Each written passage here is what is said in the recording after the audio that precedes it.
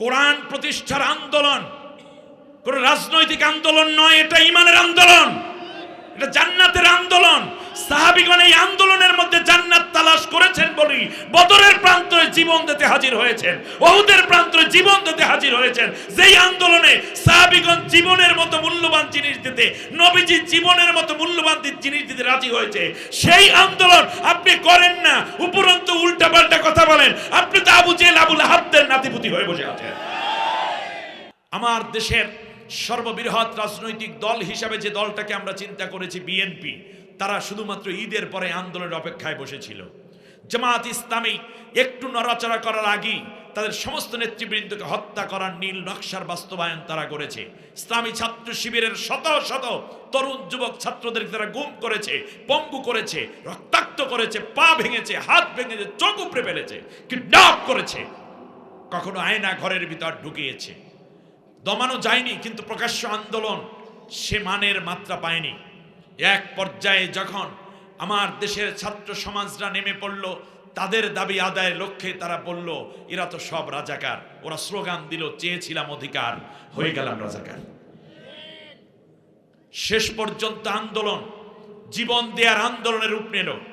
ওরাও জীবন নেয়ার জন্য শেষ কামড়টি দিল। রক্তচোষা ক্ষমতা লোভী অবৈধ ক্ষমতার অধিকারী ভারতের পোষ্য দালালরা বাংলাদেশে মুসলমানদেরকে হত্যা করে দাদা বাবুদেরকে খুশি করার নেশায় যখন লিপ্ত, ছাত্র সমাজ এমন ডাক দিল দেশ ছেড়ে 14 গোষ্ঠী সহ পালাতে বাধ্য হয়েছে। সুতরাং আজ ইসলামের উদারতা যতটুকু দেখছেন অমুসলিম ভাই বোনেরা, এর চেয়েও বড় উদারতা দেখতে পাবেন যেই দিন আল্লাহর কোরআনের রাজ এই জমিনে কায়েম হবে। আমাদের কিছু ক্ষতি হয়েছে, আমাদের নেতৃবৃন্দকে আমরা হারিয়েছি, কিন্তু দল আছে, নেতৃত্ব আছে। সামনের পার্লামেন্টে ইনশাআল্লাহ কোরআনের পক্ষে বাংলাদেশের সমস্ত ইসলামপন্থীদেরকে নিয়ে তাওহীদি জনতার সমর্থন এবং দোয়া নিয়ে কোরআনের পক্ষে জামাত ইসলামী জাতির নেতৃত্ব দেবে ইনশাআল্লাহ। এটা একটা ভালো দিক। নতুন প্রজন্ম একটি চমৎকার সিদ্ধান্ত নিয়েছে। যত জ্ঞানী হোক তারা সিদ্ধান্ত নিয়েছে স্বাধীনতার এই পর্যায়ে এসে তারা ইসলামপন্থীদেরকে ভালোবাসবে। যেমন 4টা ইউনিভার্সিটি ছাত্র সংসদ নির্বাচনে ডাকসু, রাকসু, জাকসু, চাকসু, চট্টগ্রাম বিশ্ববিদ্যালয়, রাজশাহী বিশ্ববিদ্যালয় এবং জাহাঙ্গীরনগর বিশ্ববিদ্যালয় ও ঢাকা বিশ্ববিদ্যালয়, এখানে বামপন্থীরাও প্রতিনিধিত্ব করেছে, ইসলামপন্থীরাও প্রতিনিধিত্ব করেছে। ইউনিভার্সিটির ছেলে মেয়েরা কি কম মেধাবী না বেশি মেধাবী? বেশি মেধাবী। এই মেধাবীরা চিন্তা করেছে যে আমাদের তো সব দল দেখা শেষ, এবার ইসলামপন্থীদেরকে দেখব। এই জন্য 4 ইউনিভার্সিটিতে প্রায় নিরঙ্কুশ বিজয় পেয়েছে ইসলামপন্থীরা, কোরআনের পক্ষের লোকেরা, ইসলামী ছাত্র শিবিরের ছেলেরা। ঠিক কিনা বলেন? এর দ্বারা নতুন প্রজন্ম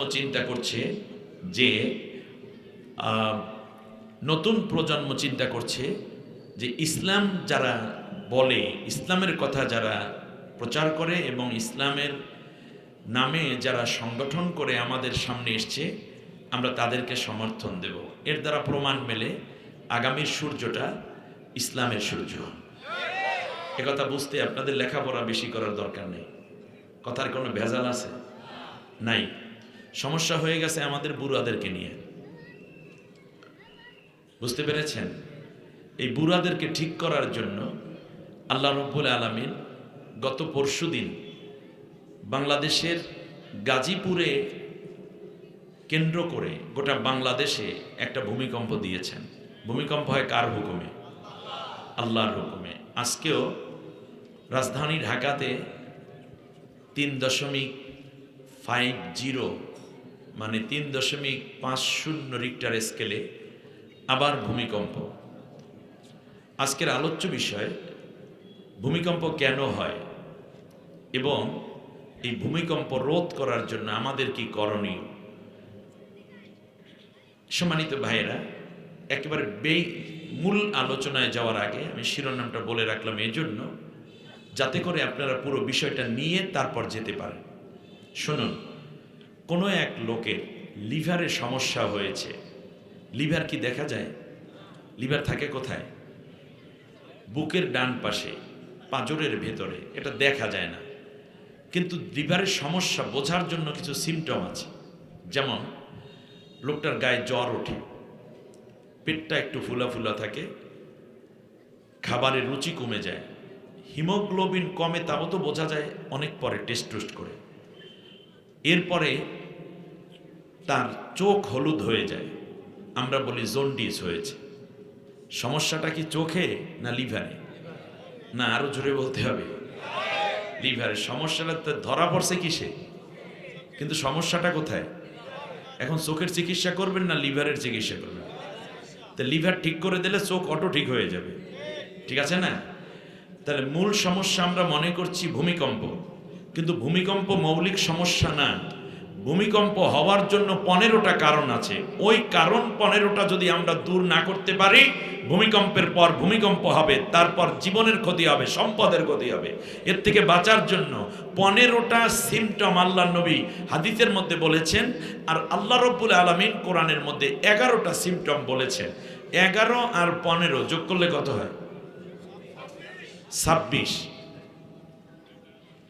এই কয়েকটা বিষয় নিয়ে আমি আপনাদের উদ্দেশ্যে কথা বলতে চাই, ইনশাআল্লাহ বিমাশিয়াতিল্লাহ ও বিফাদলিল্লাহ। যদি সম্ভব হয় কাগজ কলমে লিখে নিয়ে যাবেন। ওলামায়ে কেরামদের প্রতি আমার দাবি হচ্ছে আগামী জুমায় এই আলোচনাগুলো আপনার করে দিবেন, তাহলে মানুষ সচেতন হবে। আমি আশ্চর্যান্বিত হয়েছি যে রাসূল সাল্লাল্লাহু আলাইহি ওয়াসাল্লাম যখনই ভূমিকম্পের কথা বলেছেন, তার আগে বলেছেন যে নেতৃত্বের সমস্যার কারণে ভূমিকম্প হয়। ওয়াসাদাল কাবিলাতা ফাসিকুহুম আল আইম্মাতু ফিল ফুসাক। আল্লাহ নবী সাল্লাল্লাহু আলাইহি ওয়াসাল্লাম 16টা কারণ বলেছেন, তার মধ্যে 9টা কারণ বলেছেন শুধু অসৎ নেতৃত্ব। ইজা তুখিদাল ফায়ুদ দাওয়ালা ওয়াল আমানাতু মাগনামা। এই হাদিসগুলো আমি আপনাদের সামনে একটু পরেই ডিটেইল বলবো ইনশাআল্লাহ। তো সেখানে বলা হচ্ছে অসৎ নেতৃত্ব, দুর্নীতিপরায়ণ শাসক, যারা রাষ্ট্রের গনিমত খেয়ানত করে, যেই সমস্ত নেতাদের মধ্যে যখন ফায়েশা কাজ দেখা দেবে, অর্থাৎ নেতা হওয়ার সাথে সাথে কোথায় কত সুন্দরী আছে তার বেডে পাঠিয়ে দাও, কতটা মেয়ের চরিত্র হনন করেছে এই নেতা গর্ব করে। সে ইউনিভার্সিটির ছাত্র নেতা হোক, কিংবা সমাজের মধ্যে যুব নেতা হোক, অথবা পার্লামেন্টের এমপি মার্কা নেতা হোক, অথবা উপজেলা চেয়ারম্যান হোক, কমিশনার হোক, অথবা মেয়র কিংবা মেম্বার অথবা চেয়ারম্যান, যখনই তার হাতে নেতৃত্ব আসে তখন সে তার চরিত্র ধরে রাখতে পারে না, মেয়েদের পিছনে সে লেগে যায়। ইন্নাল্লাহা ওয়া ইয়ানহা আনিল ফাহশা ওয়াল মুনকারি ওয়াল বাগি। আমাদের সম্মানিত প্রধান মেহমান যেটা বলেছেন, কি চমৎকার কথা। যেই নেতারা বলতে পারে আল্লাহ তাআলা নিষেধ করেছেন গুনার কাছ থেকে, সম্পদ মানুষের লুণ্ঠন করা থেকে, সৎ এবং নেতৃত্বকে যেখানে আমানতদার মনে করা হচ্ছে, পরকালীন জবাবদিহিতাকে যারা ভয় পাচ্ছেন, যেই মানুষগুলো বলতে পারে যে আমরা দুর্নীতি করি না, কাউকে করতে দেব না, এই মানুষগুলো আমাদের হাতের কাছে থাকতে অন্য কোনো চিন্তা করলে ভূমিকম্প তো দূরের কথা, এর চেয়ে ভয়ানক পরিস্থিতির সম্মুখীন হতে হবে আপনাদেরকে। সুতরাং এই বিশাল বিপদ থেকে বাঁচার জন্য আমাদের কি করণীয়? সমস্যা চোখে না, সমস্যা লিভারে। অতএব লিভার ঠিক করে দেন, চোখ অটো ঠিক হয়ে যাবে। সেজন্য আজকের এই আলোচনা, টোটাল প্রোগ্রামে আলোচ্য বিষয়ে আমি চিন্তা করেছি দুনিয়ায় ভূমিকম্পের কারণ এবং তার থেকে মুক্তির উপায়। সবাই শুনতে রাজি আছেন? নামাজের কথা সবাই বলে, রোজার কথা সবাই বলে। রোজা রাখলাম, নামাজ পড়লাম, স্বাধীনতার 54টা বছর হলো মসজিদের মধ্যে নামাজ পড়তে যাই, ইমাম সাহেব চুরি করবেন না এ কথা বলেন, ডাকাতি করবেন না, অপরের সম্পদ খাবেন না, এই নসিহত শুনতে শুনতে 103 বছর হলো মসজিদের বয়স, স্বাধীনতার হলো 54 বছর। 54 বছর পর্যন্ত ইমাম সাহেব খুতবা দিলেন, ওয়াজ করলেন, মসজিদে চুরি করবেন না, মুসল্লিরা সব ভালো হয়ে গেছে, তার প্রমাণ হইল যখন নামাজ শেষ করে তখন মুসল্লিরা 4-5 জন এসে বলে যে হুজুর জোতা ছিল খুঁজে পাই না, কে জানি লয়ে গেছে। না মনে হয় আমি আসমানের কথা বলছি নাকি? হুজুরে ওয়াজ করছে কিসের বিরুদ্ধে? সুরের বিরুদ্ধে। এমনকি ইমাম সাহেব যদি নতুন জুতা নিয়ে আসে দেখবেন পলিথিন কাগজ একটা লইয়া লয় পকেটে, এরপরে ওই পলিথিনের ভিতর ঢুকাই তারপর সেজদার ডাইন পাশে রেখে দেয় চোরে যেন না নিতে পারে। কারণ ইমাম সাহেব ওয়াজ করে ঠিকই চোরের বিরুদ্ধে, কিন্তু তার জুতা চুরি হবে না এই ব্যাপারে সে নিজেও কনফার্ম না। সে জানে আমার ওয়াজ দ্বারা চুরি বন্ধ হয় না। নিজের ওয়াজের উপর নিজের ইমান নেই মিয়া। কোন ইমাম রাগ করেন না। আমিও 3 মসজিদে খুতবা দেই, 3 মসজিদ, এবং আগামী জুমায় আর এক মসজিদ মনে হয় হয়ে যাবে। এর মানে 1 মাসে 4 জুমা 4 মসজিদে দেওয়া লাগবে খুতবা। সেই ছাত্র জীবন থেকে ইমামতি করি। মসজিদের মধ্যে লেখা আছে জুতা চোর থেকে সাবধান, লেখা থাকে কিনা? এরপর কারণ এক মসজিদে এসে জুতা ছাড়া চুরি করবি কি? এরপরে সামনে লেখা যে জুতা চুরি হলে মসজিদ কর্তৃপক্ষ দায়ী থাকবে না। বেশ ভালো। সামনে আবার লেখা যে এই মসজিদে কিন্তু জুতা চুরি হয়। শেষবারে আর একটাই লেখা আছে নেম প্লেটের মধ্যে যে 2 জুতা 2 বাক্সে রাখেন তাহলে চুরি হবে না। চোরের যন্ত্রণায় মসজিদে আল্লাহর নাম স্মরণ করুন, মসজিদে আল্লাহ বিল্লাহ করুন। এই মসজিদ জুতা চোর মুক্ত। 54 বছরের মাথায় এসে লিখতে পারেন নাই যে এইখানে মসজিদের মতো জায়গায় জুতা চোর মুক্ত হয় নাই। সেখানে ওই সংসদের মধ্যে আল্লাহকে ভয় করে আল্লাহর কোরআনের রাজ কায়েম ছাড়া সংসদ এবং সচিবালয় এবং বিভিন্ন অফিস আদালতে চোর মুক্ত হবে এটা পাগলে বিশ্বাস করে, কোন জ্ঞানীরা বিশ্বাস করতে পারে না। জুতা চুরির বিরুদ্ধে এটা ওয়াজের বিষয় নয়, এটা আইনের বিষয়। ইমাম সাহেব আস-সারিকু ওয়াস-সারিকাতু ফাকতাউ আইদিয়াহুমা, চোর এবং চুন্নির হাত কেটে ফেলো। এটা কি ওয়াজের বিষয় না আইনের বিষয়? তো এটাকে ওয়াজে ঢুকাইলেন কেন? এটাই তো অপরাধ, এটাই তো অপরাধ। বাবা জিনা করবা না, ব্যভিচার করবা না। কি জিনা ব্যভিচার হয় নাই নাকি? আজকে কত জিনা হবে তা কি হিসাব করেছেন এই রাতে? এজন্য আল্লাহ রাব্বুল আলামিন জিনাকে ওয়াজের মধ্যে শেষ করেন নাই। আল্লাহ বলেছেন আয-যানিয়াতু ওয়াজ-যানি ফাজলিদু কুল্লা ওয়াহিদিন মিনহুমা বিআতা জালদা। জিনাকার জিনারিকারীকে ধরবে, ধরার পরে 100টা করে বেত্রাঘাত করবে। শুধু তাই না, এটা কোনো গোপনে বিচার হবে না, জেলের মধ্যে না, প্রকাশ্যে বাজারে লোকজন ডেকে, মোবাইলে লাইভ করে, টেলিভিশনে নিউজ করে, তারপরে মানুষজন ডেকে ছেলে মেয়ে সবগুলারে ডাকবা, ডাকার পরে বেত্রাঘাত করবা, গায়ের জামা খোলো, তারপর জেনাকারের পিঠের মধ্যে 100টা চাবুক মারো, মেয়ের ভিতর মেয়েকেও মারো। তাহলে হবে কি? এইটা দেখা দেখি লক্ষ লক্ষ যুবক বৃদ্ধা বৃদ্ধ সব ঠান্ডা হয়ে যাবে। জিনা তো দূরের কথা, বিয়ে করতেও কোনো কোনো সময় কবে আল্লাহ কোন কায়দায় যদি বিয়ার আগেও যদি মাইয়ার দিকে তাকাই তাহলে আমার খবর আছে। আর যদি তারা বিবাহিত হয়, শাইখুজ্জান হয়, বিবাহিত ছেলে মেয়ে যদি পুরুষ নারী হয় তাহলে কোমর পর্যন্ত গাড়ো, 4 দিক থেকে পাথর মারো, মাথার মগজ উড়াইয়ে দাও।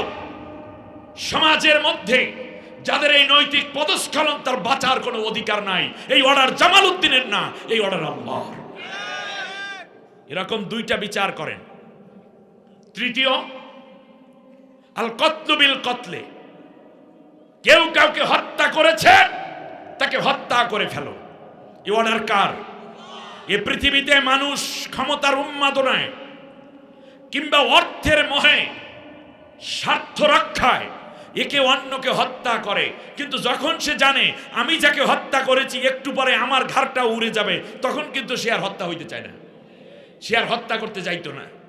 সুতরাং ফ্যাসিস্টরা যদি বুঝতে পারতো যে তাদেরও ফাঁসি হবে তাহলে হয়তো এত কিছু করতো না। আর যেদিন ফাঁসির কার্যকর হবে জনসম্মুখে লেডি হিটলারের গলার মধ্যে যখন ফাঁসির রশি পড়বে, ঝুলিয়ে রাখা হবে গুলিস্তানে কিংবা জাতীয় সংসদের সামনে, সেই দিন বুঝবে যে আসলে হত্যা করলে হত্যাকৃত হতে হয়। যদি তাৎক্ষণিক এই হত্যাটা হয়ে যায় তাহলে কি হয়?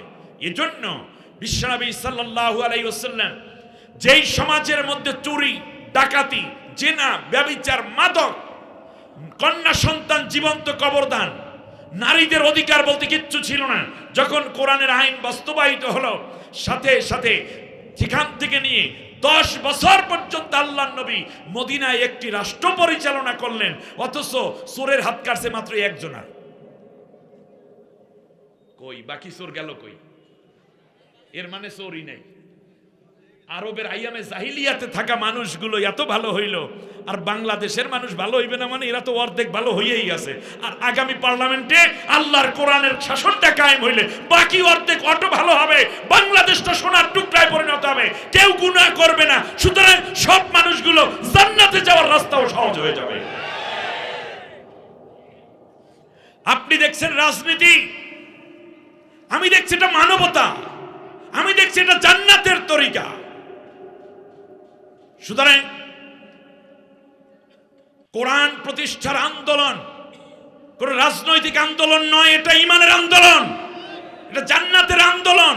সাহাবীগণ এই আন্দোলনের মধ্যে জান্নাত তালাশ করেছেন বলি বদরের প্রান্তরে জীবন দিতে হাজির হয়েছেন, উহুদের প্রান্তরে জীবন দিতে হাজির হয়েছেন। যেই আন্দোলনে সাহাবীগণ জীবনের মতো মূল্যবান জিনিস দিতে, নবীজি জীবনের মতো মূল্যবান জিনিস দিতে রাজি হয়েছে, সেই আন্দোলন আপনি করেন না, উপরন্তু উল্টাপাল্টা কথা বলেন। আপনি তো আবু জেহেল, আবু লাহাবদের নাতিপুতি হয়ে বসে আছেন। সহজ কথা, এই হিসাব বুঝতে আপনার এমএ পাস করা লাগে না। বিশ্বনবী সাল্লাল্লাহু আলাইহি ওয়াসাল্লাম 10 বছর মদিনায় কোরআন দিয়ে রাষ্ট্র পরিচালনা করলেন, মাত্র একজন জিনাকারের বিচার করেছেন। কয়জন? জিনাকারিনী, সে কি এক নারী, ইসলাম গ্রহণ করেছে মাত্র 3 মাস, কিন্তু তার আগে তার চরিত্র ছিল সে ফোর্স কোয়ার্টারের একজন কর্মী।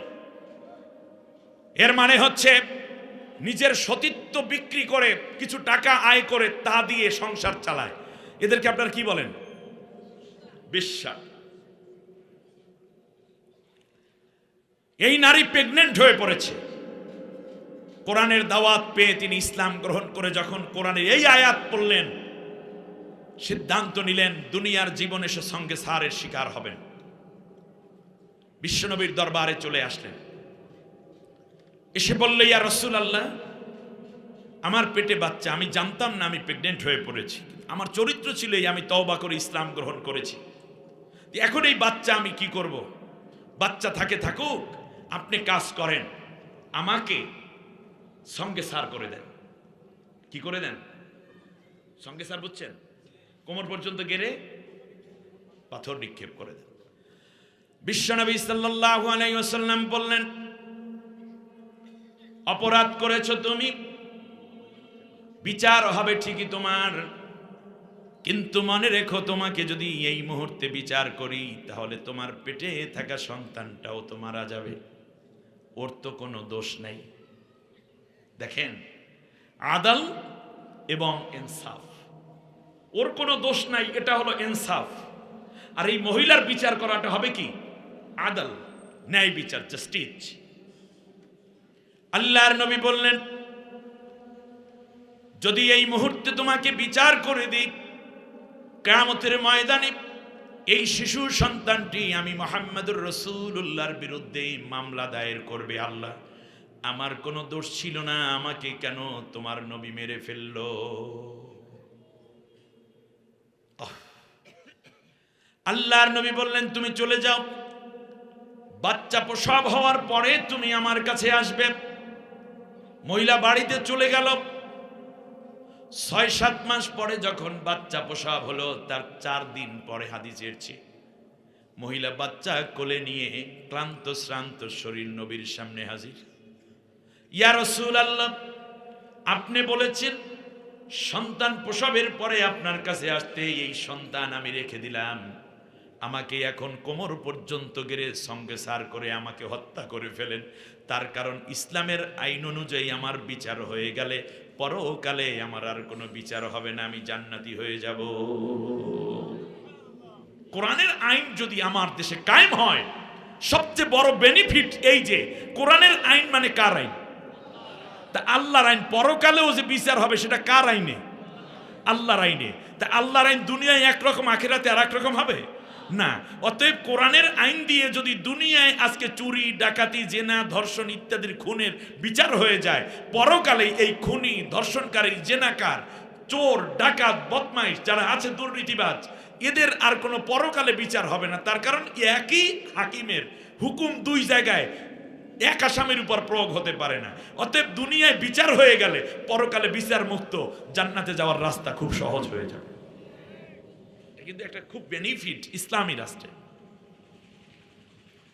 রাসূল এখন বিচার করে দেন মহিলার কি যন্ত্রণা, যে আমি মরে গেলেই যেন শান্তি পাই, এত বড় গুনাহ নিয়ে আমি জাহান্নামী হয়ে যাব।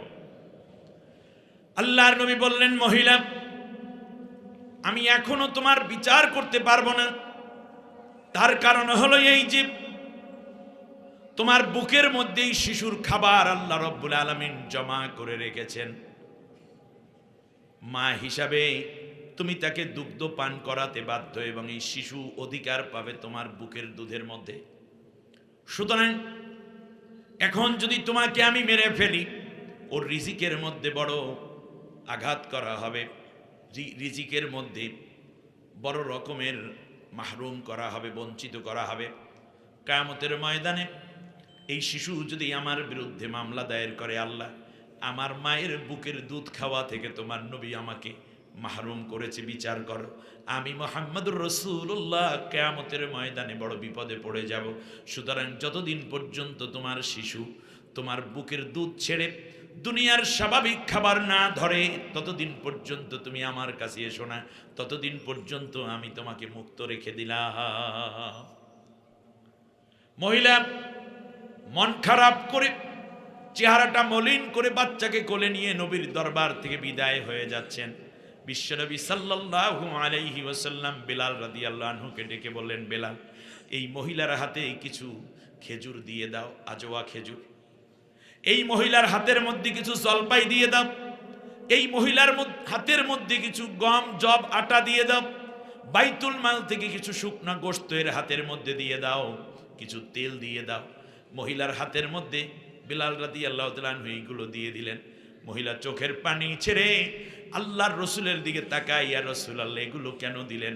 আল্লাহর নবী বললেন, এইগুলো তুমি খাবে আর তোমার বুকের মধ্যে বেশি দুধ হবে, তোমার সন্তানটি বেশি বেশি করে দুধ পেয়ে সে হৃষ্টপুষ্ট হয়ে উঠবে। সুবহানাল্লাহ। একজন জিনাকারিনী নবী এখনই বিচার করতে পারেন, এটা কোরআনের আইন, কিন্তু এর সাথে আরেকজন সংশ্লিষ্ট, তাকে তো হত্যার অধিকার ইসলাম দেয়নি।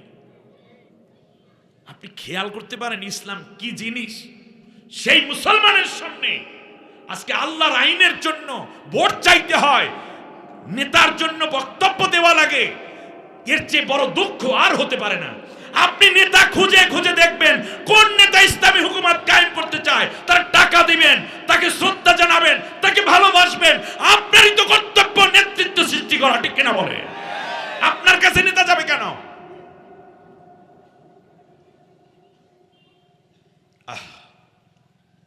মহিলা চলে গেল। 6 মাস বয়সের পরে শিশুর বয়স যখন 6 মাস, শিশু এখন বাইরের খেজুর খায়, মুরগির কলিজা খায়, দুম্বার গোশত খায়, নরম নরম কলিজাটাও খায়, বাচ্চাটাও বেশ হৃষ্টপুষ্ট। এবার মহিলা আসছে আল্লাহর নবীর কাছে, এসে বলল, ইয়া রাসূলুল্লাহ দেখুন আমার এই বাচ্চা এক হাতের মধ্যে একটা খেজুর আর এক হাতের মধ্যে রুটি নিয়ে আসছে, এর মানে দুইটা খাবার সে এখন খেতে পারে। অতএব নবী আপনি শিশুটা আপনার আমানতদারিতায় রেখে আমাকে ওই গুনাহ থেকে বিচার করার মাধ্যমে জাহান্নাম থেকে বাঁচায়া দেন। সুবহানাল্লাহ। আল্লাহর নবী শিশুটাকে কোলের মধ্যে নিলেন। কিছুক্ষণ পরে তাকে টেক কেয়ার করার জন্য যেই ডিপার্টমেন্ট আছে সেখানে হস্তান্তর করা হলো। মসজিদে নববীর সামনে গর্ত খনন করা আগেই ছিল জিনাকারদের বিচার, যারা বিবাহিত তাদের বিচার কেমন হবে, কোমর পর্যন্ত গাড়া হলো। চারদিক থেকে সাহাবীগণ পাথর মারে। হঠাৎ করে এক ফোঁটা রক্ত খালিদ বিন ওয়ালিদ রাদিয়াল্লাহু তাআলা আনহুর দেহের মধ্যে পড়লো, সাদা জামার উপরে পড়লো। খালিদ বিন ওয়ালিদ রাদিয়াল্লাহু তাআলা আনহু যেখানে রক্ত পড়েছে সেখান থেকে এভাবে ধরলেন আর বলতেছে সিসি, একটা জেনাকারিনীর রক্ত আমার দেহের মধ্যে পড়েছে, এইটা কি হলো? ছি। মুখটা একটু কালো করলো, ব্রুকুস করলো। আল্লাহর নবী খালিদ বিন ওয়ালিদকে ডেকে বললেন, খালিদ, তুমি কোন এক নারীকে তিরস্কার করছো? এই মহিলাকে আমি তিনবার ছেড়ে দিয়েছিলাম, পিছনে কোনো গোয়েন্দা লাগাইনি, কোনো জামিনের ভাগী কোনো উকিলকে নেই নাই, মহিলাকে আমি আমার মতো করেই ছেড়ে দিয়েছিলাম। কিন্তু এই মহিলা বারবার ফিরে এসেছে কেবলমাত্র আল্লাহর ভয়ে, জাহান্নামের ভয়ে। ও খালিদ শোনো, এই মহিলার তওবা, এই মহিলার হৃদয়ের যন্ত্রণা এবং জাহান্নামের ভয় এত তীব্র, তাম পৃথিবীর অন্য রিওয়ায়েতে আসছে এই মদিনা শরীফের যত মানুষ আছে তার মধ্যে আবু বকর, ওমর, ওসমানদের মতো সাহাবীও আছে। শোনো, এই তাম পৃথিবী অথবা এই মদিনার মধ্যে যত মানুষ আছে সব মানুষের তওবাগুলো যদি এক পাল্লায় দেয়া হয় আর এই মহিলার তওবা যদি আর এক পাল্লায় দেয়া হয়, আমি মুহাম্মাদুর রাসূলুল্লাহ আল্লাহর কসম করে বলি, এই মহিলার তওবার ওজন, তওবার পাল্লা ভারী হয়ে যাবে। তার কারণ সে গুনাহ থেকে বাঁচার জন্য যে আকুতি জীবনকে বিলিয়ে দিচ্ছে। সুতরাং যে মহিলা কোরআনের বিচার মেনে নেওয়ার জন্য জীবনের শেষ হয়ে যাবে জেনেও বারবার ফিরে এসেছে, সুতরাং সেই মহিলাদের উত্তরসূরি যারা, কিংবা ওই রকম তওবাকারী নারী, অথবা আয়েশা, খাদিজা, ফাতেমা রাদিয়াল্লাহু আনহুন্না, অথবা আসিয়ার উত্তরসূরি যারা, তাদেরকে তো আল্লাহর দ্বীন প্রতিষ্ঠার জন্য নারী হওয়ার পরেও বিচার নিতে যেই মহিলার এত আকুতি, সেই বিচার প্রতিষ্ঠিত করার জন্য নারীদের আকুতি আরো তীব্র হলে নারীদের সতীত্ব এবং তাদের ইজ্জত আবরুর নিরাপত্তাই কোরআন ব্যবস্থা করে দেবে। এই জন্য একা কাজ করলে হবে না, তো আপনার স্ত্রীকেও আল্লাহর কোরআনের রাজ কায়েমের জন্য ঘর থেকে কিছু সময়ের জন্য সময় দিতে ছেড়ে দিতে হবে। মহিলারা দলে দলে আল্লাহর কোরআনের পক্ষে মানুষের সাথে দাওয়াতি কাজ করতে হবে। ইসলাম ছাড়া আর কোনো শান্তি নাই। এই জন্য সব দল দেখা শেষ, আগামীর পার্লামেন্ট হবে আল কোরআনের বাংলাদেশ। কে কে চান দুইটা হাত উঁচু করে আল্লাহকে দেখা?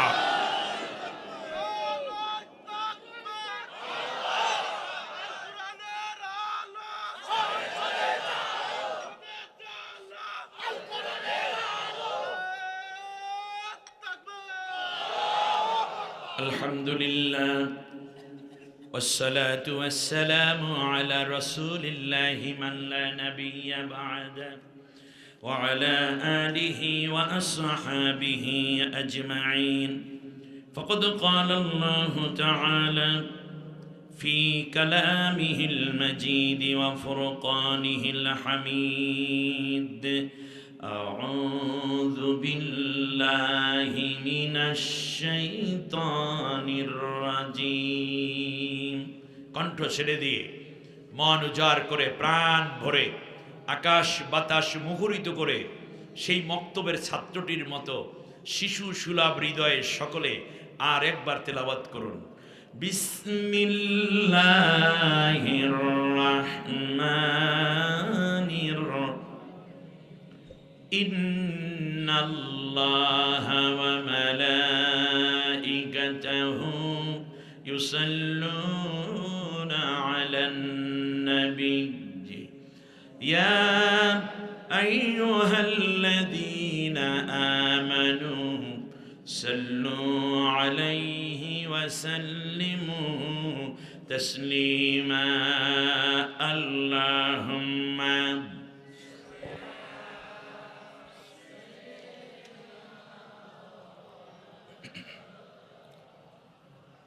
وعلى آل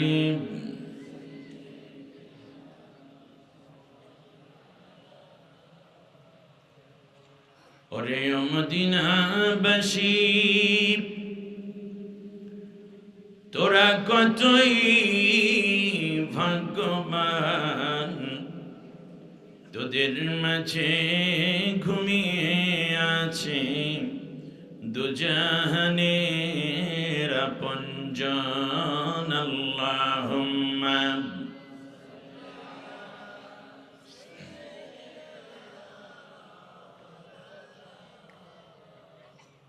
وعلى آله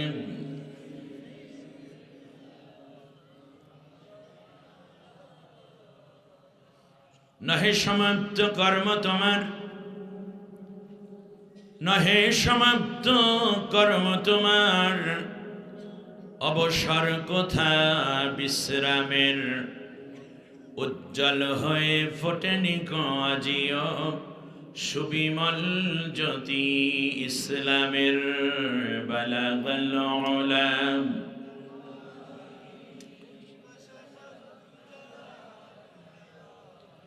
حسنت جميع خصاله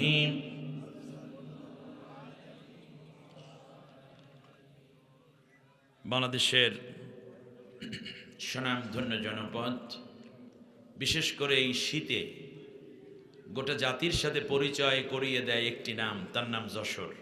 কারণ এখানে রয়েছে মিষ্টি খেজুরি রস এবং খেজুরি গুড়। এটা বাংলাদেশ থেকে বিশ্বে সমাদৃত একটি মিষ্টান্ন, মিষ্টি জাতীয় খাবার। যদিও মাঝে মাঝে ভেজাল মিশিয়ে ফেলতেছে, কিন্তু এক নম্বরটা পেতে হবে, ঠিক না? ভেজাল মানে এক নম্বর আছে বলেই তো কিছু ভেজাল তৈরি হয়, আর কিছু ভেজাল আছে মানে এক নম্বর একটা আছে। ভাষা সাহিত্য, ইসলামী সংস্কৃতি, বিশেষ করে বিশুদ্ধ বাংলার একেবারে সুতিকাগার নাটক, কল্পনা, গল্প সব মিলিয়ে বাংলাকে যদি ধারণ করে কোনো জনপদ সবচেয়ে বেশি নিজেদেরকে উজাড় করে দেয়, তার নাম এই যশোর। এত তো কর্ম এবং কার্যযজ্ঞের মধ্যেও ইসলামকে ভুলে যায়নি এ জনপদের মানুষ। একদিকে সব ধর্মের মানুষের সৌহার্দ্য এবং সহাবস্থান, ঠিক তার পাশাপাশি ইসলামকে সার্বিক জীবনে বাস্তবায়নের লক্ষ্যে এখানে গড়ে তুলেছে বিভিন্ন মসজিদ, মাদ্রাসা, খানকা, মক্তব, হিফজ মাদ্রাসা। ঠিক তার পাশাপাশি মোবাইল প্রোগ্রাম হিসাবে সাজানো আছে ওয়াজ মাহফিল, তাফসীরুল কোরআন মাহফিল, এরপরে সিরাতুন নবী মাহফিল, মিলাদ মাহফিল থেকে হাজারো আয়োজন। ধারাবাহিকভাবে এই মহিরন সরকারি প্রাথমিক বিদ্যালয়ে বাঘার পাড়ে মহিরন দক্ষিণ পাড়াবাসীর উদ্যোগে তাফসীরুল কোরআন মাহফিল। সম্মানিত সভাপতি, পীরবাড়ি জামে মসজিদের সম্মানিত ইমাম করি মোহাম্মদ সদর উদ্দিন সাহেব, কোরআনের জন্য আল্লাহ তাকে সুস্থতা এবং দীর্ঘ নেক হায়াত দান করুন। আমরা সবাই বলি আমিন। আয়োজিত এই মাহফিলে সম্মানিত অতিথিবৃন্দ, বিশেষ করে প্রধান অতিথির বক্তব্য রেখেছেন জননন্দিত নেতা, আল্লাহর জমিনে আল্লাহর দ্বীন প্রতিষ্ঠার এক অতন্ত্র প্রহরী, মাজলুম জননেতা, আপমর তাওহীদি জনতা এবং দেশপ্রেমিকদের একেবারেই কলিজার মানুষ, মাটি ও মানুষের সাথে মিশে থাকা এক সরল নেতৃত্ব, টার্গেট। এই সেবাটুকুর মাধ্যমে আল্লাহ যেন জান্নাত দান করেন। আমাদের সকলের প্রিয় ভাই, প্রিয় বন্ধু, আমাদের পথ চলার কোরআনের এক বিশ্বস্ত সাথী জনাব অধ্যাপক গোলাম রসুল, কোরআনের জন্য আল্লাহ তাকে সুস্থতা এবং দীর্ঘ নেক হায়াত দান করুন। বিশেষ অতিথি মাওলানা মোহাম্মদ মহিবুল্লাহ সাহেব কথা বলেছেন। মাওলানা কবির বিন সামাদ কি চলে গেছে নাকি? হাফেজ মাওলানা মমিনুর রহমান যশোরী এবং অন্যান্য আইম্মায়ে কেরাম, আসাতিজায়ে কেরাম, খুতাবা এবং হুফাজে কেরাম, আমার সামনে উপবিষ্ট অত্র অঞ্চলের সর্বজন শ্রদ্ধাভাজন মুরব্বীগণ, প্রিয় যুবক ভাইয়েরা, পর্দার অন্তরালের সম্মানিতা মা বোন, মঞ্চে উপবিষ্ট বিভিন্ন শ্রেণী এবং দল মতের নেতৃবৃন্দ, শিক্ষিত, মার্জিত, চিন্তাশীল, গবেষণাবিদ এবং দেশ জাতিকে নিয়ে কল্যাণের পথে যারা ভাবেন, তাদের সবাইকে আন্তরিক মোবারকবাদ জানাচ্ছি। পর্দার আড়ালে মা বোন, অন্য ধর্মাবলম্বীদেরকে আন্তরিক মোবারকবাদ, সাদর সম্ভাষণ এই জন্য যে কোরআন শোনার অধিকার আল্লাহ আপনাদেরকে কোরআনের মধ্যে স্পষ্ট করে উল্লেখ করে দিয়ে রেখেছেন। সুবহানাল্লাহ। আল্লাহ রাব্বুল আলামিন বলেন, وَإِنْ أَحَدٌ مِّنَ الْمُشْرِكِينَ اسْتَجَارَكَ فَأَجِرْهُ حَتَّى يَسْمَعَ كَلَامَ اللَّهِ ثُمَّ أَبْلِغْهُ مَأْمَنَهُ।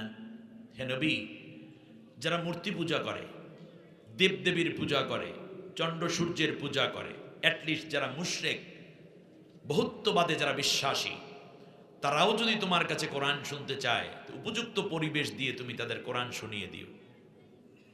কারণ কোরআন না শুনলে তারা কেমন করে আল্লাহকে চিনবে? আমাদের সমাজে কিছু লোক বিভ্রান্তি ছড়াচ্ছে, জামাতের লোকেরা পূজা মণ্ডপে গেল কে? মনে হয় যেন জামাতের লোকেরা হিন্দু হয়ে গেছে। হ্যাঁ,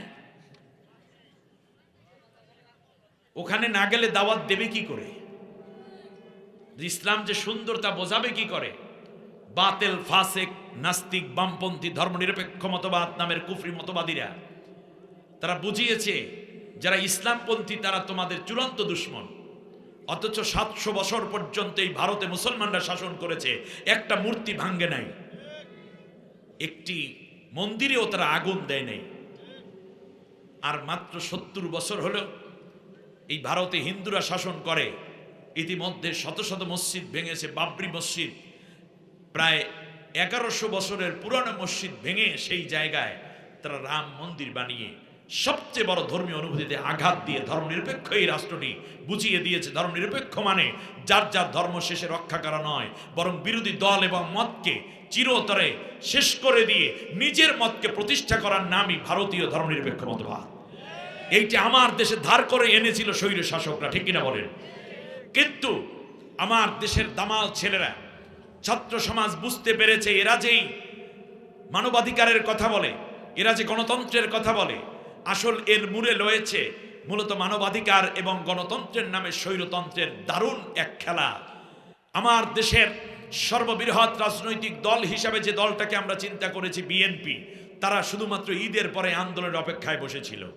জামাত ইসলামী একটু নড়াচড়া করার আগেই তাদের সমস্ত নেতৃবৃন্দকে হত্যা করার নীল নকশার বাস্তবায়ন তারা করেছে। ইসলামী ছাত্র শিবিরের শত শত তরুণ যুবক ছাত্রদেরকে তারা গুম করেছে, পঙ্গু করেছে, রক্তাক্ত করেছে, পা ভেঙেছে, হাত ভেঙেছে, চোখ উপড়ে ফেলেছে, কিডন্যাপ করেছে, কখনো আয়না ঘরের ভিতর ঢুকিয়েছে। দমানো যায়নি, কিন্তু প্রকাশ্য আন্দোলন সে মানের মাত্রা পায়নি। এক পর্যায়ে যখন আমার দেশের ছাত্র সমাজরা নেমে পড়ল তাদের দাবি আদায়ের লক্ষ্যে, তারা বলল এরা তো সব রাজাকার। ওরা স্লোগান দিল, চেয়েছিলাম অধিকার, হয়ে গেলাম রাজাকার। শেষ পর্যন্ত আন্দোলন জীবন দেওয়ার আন্দোলনের রূপ নিল। ওরাও জীবন নেয়ার জন্য শেষ কামড়টি দিল। রক্তচোষা, ক্ষমতা লোভী, অবৈধ ক্ষমতার অধিকারী ভারতের পোষ্য দালালরা বাংলাদেশে মুসলমানদেরকে হত্যা করে দাদা বাবুদেরকে খুশি করার নেশায় যখন লিপ্ত, ছাত্র সমাজ এমন ডাক দিল দেশ ছেড়ে 14 গোষ্ঠী সহ পালাতে বাধ্য হয়েছে। সুতরাং আজ ইসলামের উদারতা যতটুকু দেখছেন অমুসলিম ভাই বোনেরা,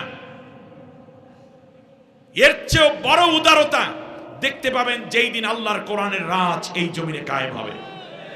হযরতে ওমর রাদিয়াল্লাহু তাআলা আনহুর শাসনামল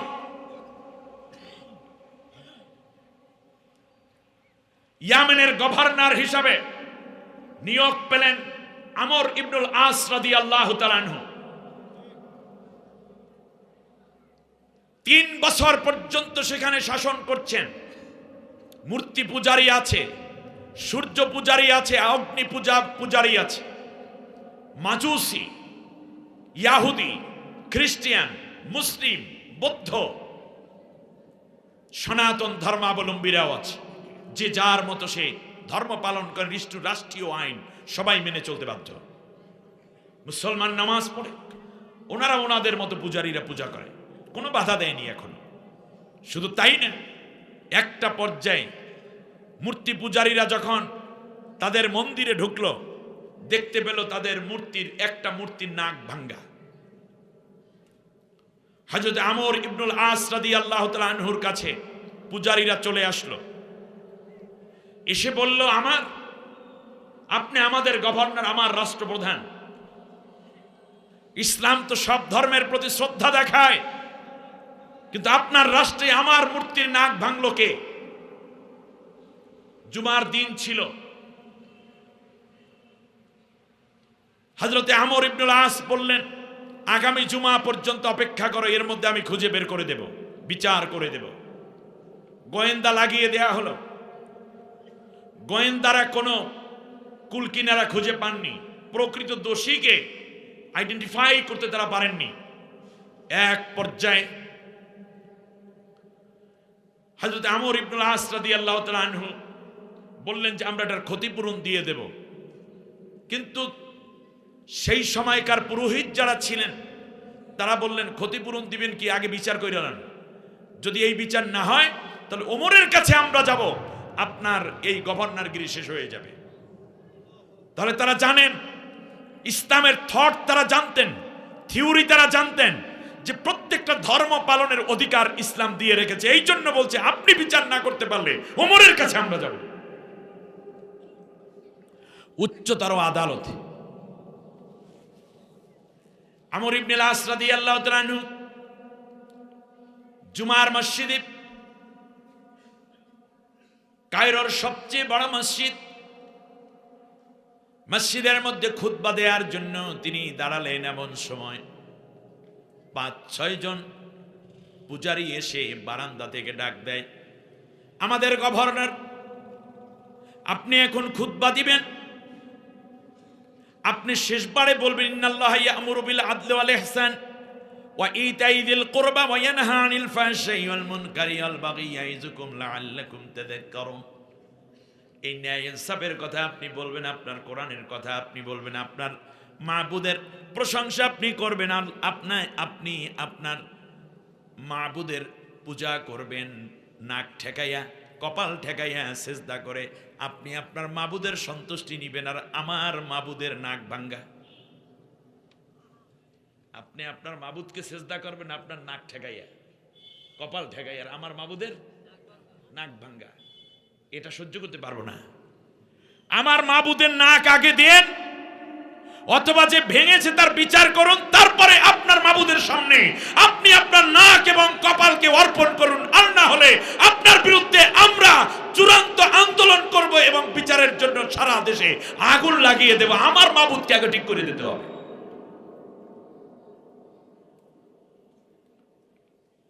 আস বিন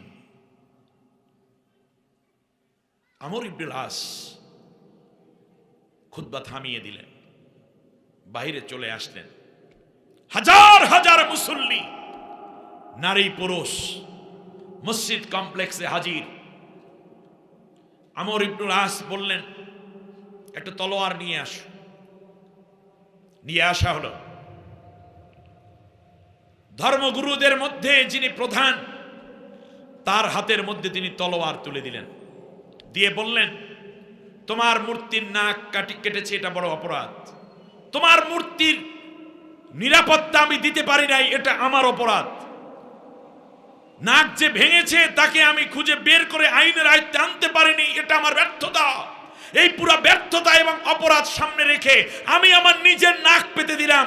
তোমার মূর্তির নাক কাটার অপরাধে, ভাঙ্গার অপরাধে আমার নাকটা তুমি কেটে দাও। আল্লাহু আকবার। নাম ইসলাম। কি মনে করছেন মিষ্টি শরবত খাইয়া আপনি দেখছেন একজন এমপি হবে মনে হয় যেন কি? আপনি কি জানেন কত বড় দায়িত্বভার তার কাঁধে তিনি তুলে নিচ্ছেন? কোন ভোট যেন চাওয়া না লাগে, ভোট দিয়ে এসে অপেক্ষা করবেন, পাহারা দিতে হবে, একটি সমর্থন কোরআনের পক্ষে কেউ যেন চিন্তাই করতে না পারে। ইসলামের নেতৃত্ব এত সহজ। নবীজি বলেছেন, যাকে নেতৃত্ব দেয়া হলো তাকে বিনা ছুরিতে জবেও দেয়া হলো। আমর ইবনুল আস বললেন, আমার নাক কেটে দেন। পূজারী ব্রাহ্মণ তলোয়ার হাতে নিল, আমর ইবনুল আসের নাকের আগাটা এইভাবে ধরে ফেলল। ডান হাতে তলোয়ার, বাম হাতে আমর ইবনুল আস রাদিয়াল্লাহু তাআলা আনহু। সুবহানাল্লাহ পড়েন। যেমন তেন কোন সাহাবী। হযরত আমর ইবনুল আস নিজেকে অর্পণ করে দিলেন, তার কারণ রাষ্ট্রের মধ্যে অন্য ধর্মাবলম্বী তাদের ধর্ম পালন এবং তাদের ছেলে মেয়েদের এমনকি তাদের সম্পদগুলোর জানমাল ইজ্জতের নিরাপত্তার গ্যারান্টিও দেবে ইসলামী সরকার। এত বছর আপনাদের নাম ভাঙ্গাই আপনাদের সমর্থন নিয়ে আপনাদেরই বিরুদ্ধে কাজ করেছে, একবার ইসলামকে বিশ্বাস করে দেখুন, দেখবেন আপনাদের নিরাপত্তা কত জোরালো হয়, কত জোরদার হয়। একটি বার বিশ্বাস করুন ইসলামকে। কতবারই তো ভোট দিলেন, স্বাধীনতার 54 বছর, কম তো দেন না, একটা বার শুধু ইসলামপন্থীদেরকে দেখেন, খেয়াল করুন। যখনই এই নাক কাটার জন্য প্রস্তুতি নিচ্ছে, এমন সময় এক অমুসলিম মুশরিক ডাক দিয়ে বলতেছে, থামুন, আমাদের ব্রাহ্মণ, আপনি থেমে যান, আমি এই মূর্তির নাক ভেঙেছি, সুতরাং আমর ইবনুল আসের নাক কাটার দরকার নেই, আমার নাকটা কেটে দেন। কে? এক মূর্তি পূজারী। হযরতে আমর ইবনুল আস রাদিয়াল্লাহু তাআলা আনহুর নাকের উপর থেকে হাত সরিয়ে নিল, তলোয়ারটাও নিচু করে ফেলল। ছেলেটার দিকে তাকাইয়া যুবক ছেলেটা চোখের পানি ছেড়ে বলতেছে, আমার নাকটা কেটে দেন গুরুজি। বলল, কি ব্যাপার? তুমি না আমার জাত ভাই? বলল, হ্যাঁ আমি আপনার জাত ভাই। তুমি কেন নাক ভাঙলা? হ্যাঁ ভেঙেছি, যাতে করে মুসলমানদের একটু বেতালে ফালানো যায় এই চিন্তা করে। এখন স্বীকার করলা কেন? বলল যে এইরকম কোটি কোটি মূর্তি যদি এক জায়গায় করা হয়, আমর ইবনুল আসের মতো একজন মানুষের সমান হবে না। আমরা আমরকে চিনি, তিনি ধর্মের, তার ধর্ম তিনি পালন করেন, কিন্তু একটা মূর্তির কারণে একজন জীবন্ত মানুষের নাক কাটা, এটা মোটেও মানবীয় কাজ হবে না। প্রয়োজনে আগামীকালকে এইরকম 1 লক্ষ মূর্তি তৈরি করা যাবে, কিন্তু আমর ইবনুল আসের নাকের মতো একটা নাক তামাম পৃথিবী বিক্রি করলেও তৈরি করা যাবে না। অতএব আমার নাকটা কেটে দেন, আমি অপরাধ করেছি, আমারে শাস্তি দিয়ে দেন। নিজের সম্প্রদায়ের, নিজের ধর্মের লোক হওয়ার কারণে আমর ইবনুল আস পাশেই দাঁড়িয়ে আছেন। গুরুজি বললেন, ঠিক আছে, তোরেও মাফ কইরা দিলাম, যা আগামী 3 দিনের মধ্যে নাক ঠিক করাইয়া দিস, যে ওই মূর্তি বানায় তারে দিয়ে। কয়, ঠিক আছে ওস্তাদ। নামাজ পড়িয়ে দিলেন। জুমার বাকি সময়ের মধ্যে আমর ইবনুল আস ইমাম হয়ে যুবক মসজিদের বারান্দার মধ্যে বসে আছে, কোন এক চিপাতের মধ্যে বসে আছে। আমর ইবনুল আস রাদিয়াল্লাহু তাআলা আনহুর সাথে কথা বলবেন। নামাজ শেষ হয়ে গেল। নামাজ সালাম ফেরানোর পরে আমর ইবনুল আস দাঁড়িয়ে বললেন, ওই যুবকটা কোথায়? যেই যুবক এসে বলেছে সে নাক ভেঙেছে, তাকে অ্যারেস্ট করে নিয়ে আস। পুলিশ তদারকি শুরু করলো, তৎপর হয়ে পড়লো। যুবক দাঁড়িয়ে বলল, কারো কোথাও যাওয়ার দরকার নেই, আমি অপেক্ষায় আছি। হযরত আমর ইবনুল আস রাদিয়াল্লাহু আনহু ডেকে নিয়ে গেলেন তার রুমের মধ্যে। বলল, তুমি নাক কেন ভাঙলে? মূর্তির নাক তুমি কেন ভেঙেছ? বলল, কে বলেছে আমি মূর্তির নাক ভেঙেছি? বলল, তুমি না বললা হাজার হাজার মানুষের সামনে? বলল, না, আমি মূর্তির নাক ভাঙি নাই। কে ভাঙছে? কয়, তাও জানি না। তাহলে তুমি কেন স্বীকার করলে? বলল যে কেউ যেহেতু স্বীকার করে না, আপনার নাকটা কাটা যাবে আমার। এই নাকটা তো যেন কেন কোনো নাক নয়, এই নাক আল্লাহর সামনে সিজদায় পড়ে আল্লাহর প্রশংসা করে, আল্লাহর বিধান কায়েমের জন্য এই চেহারা জেহাদের ময়দানে হাজির হয়। আমার মতো এক যুবকের শত শত নাক যদি কাটা যায়, আমর ইবনুল আসের নাক যদি বেঁচে যায়, তাহলে আমার এই নাকের বদৌলতে আপনার নাক বেঁচে গেলে আমি মনে করি এটাই আমার জীবনের সবচেয়ে বড় পাওয়া হবে। এই জন্য আমি দোষের ভার কাঁধের মধ্যে নিয়ে আমি স্বীকার করেছিলাম আসলে নাক আমিও ভাঙ্গি নেই। আসলে নাক আমিও ভাঙ্গি নাই। হযরতে আমর ইবনুল আস রাদিয়াল্লাহু তাআলা আনহু বললেন, বিষয়টা তাহলে কি করতে চেয়েছিলাম? বলল যে আমার মতো একজন যুবকের নাকের বিনিময়ে যদি আমর ইবনুল আসের নাকটা বেঁচে যায়, তাহলে এই পৃথিবীতে আমরা মূর্তির পূজা করি ঠিকই, কিন্তু আমরা বিশ্বাস করি পরকাল আছে। কিয়ামতের ময়দানে ভগবানের সামনে কিংবা আপনার আল্লাহর সামনে যদি দাঁড়ায়া যায়, আল্লাহ রব্বুল আলামিন যদি জিজ্ঞেস করেন, তখন আমি জবাব দিতে পারবো, আল্লাহ, একজন খলিফার আন্ডারে থাকা গভর্নর ইসলামিক রাষ্ট্রের একজন নেতার জীবন, সম্মান এবং তার নাক রক্ষা করার জন্য আমি উৎসর্গ হয়ে গেছি, আমার নাকটাকে কেটে ফেলেছি, এই উসিলায় তুমি মাফ করো। সেই দিন আমার বিশ্বাস আপনার আল্লাহ আমারে মাফ করে দিবে। খেয়াল করুন জবাবদিহিতার কঠিন জায়গাটা। আমর ইবনুল আস থেকে ধরে প্রায় 1400 বছর পরে আজ সেই যুবকের মতোই আর এক ভিকটিম আমরা দেখতে পাই, সুকরঞ্জন বালিকে। আল্লামা সাইদি নব্বারাল্লাহু মারকাদাহু ওয়া জাআলাল জান্নাতা মাসওয়াহু, তার বিরুদ্ধে তারই ভাই সুকরঞ্জন বালির ভাই বিশাব আলী হত্যা মামলা করা হলো, সাক্ষী মানা হলো সুকরঞ্জন বালিকে। আদালতের চত্বরে তিনি সাক্ষ্য দিতে গিয়েছেন আদালতে, কিন্তু তিনি সাক্ষী দেবেন হুজুরের পক্ষে, এটা ওরা জেনে ফেলেছে। ফলে আদালতের চত্বর থেকে তাকে কিডন্যাপ করা হলো, তারপরে তাকে ভারতের কোন এক রাজ্যে পাঠিয়ে দেয়া হলো, সেখানে তাকে টর্চার করা হলো, নির্মম নির্যাতন করা হলো, তারপরে বাংলাদেশে আবার তাকে প্রেরণ করা হলো। আজও পর্যন্ত এই সুকরঞ্জন বালি কয়দিন আগে আন্তর্জাতিক অপরাধ ট্রাইব্যুনালে তার উপর নির্যাতনের বর্ণনা দেওয়ার জন্য গিয়েছিলেন, আপনারা দেখেছেন। কই, আমি কম্পেয়ার করার জন্য বলছি না, বিবেকের দরজা খোলার জন্য বলছি। সরকারের কিছু হালুয়া রুটি জুটা কাটা খাওয়ার জন্য কুকুর মার্কা কিছু নামদারি মুসলমানরা সেই দিন আন্তর্জাতিক অপরাধ ট্রাইব্যুনালে মিথ্যা সাক্ষ্য দেওয়ার জন্য, আল্লামা সাইদি সাহেবের চরিত্র হনন করার জন্য, তাকে ধর্ষণের মামলায় সাক্ষ্য দেওয়ার জন্য, চুরির মামলা, বাড়ি পোড়ানোর মামলা, হত্যা মামলায় সাক্ষ্য দেওয়ার জন্য দাড়ি ভরা মুখ, সাদা পাঞ্জাবি, সাদা পাজামা পরিহিত বৃদ্ধ মানুষগুলো দাঁড়িয়ে মিথ্যা সাক্ষ্য দিয়েছে, কলিজে কাঁপে নাই। কিন্তু একজন হিন্দু মানুষ দাঁড়িয়ে বলেছে হুজুরের কোনো দোষ নাই, আমার ভাইকে হুজুর হত্যা করে না।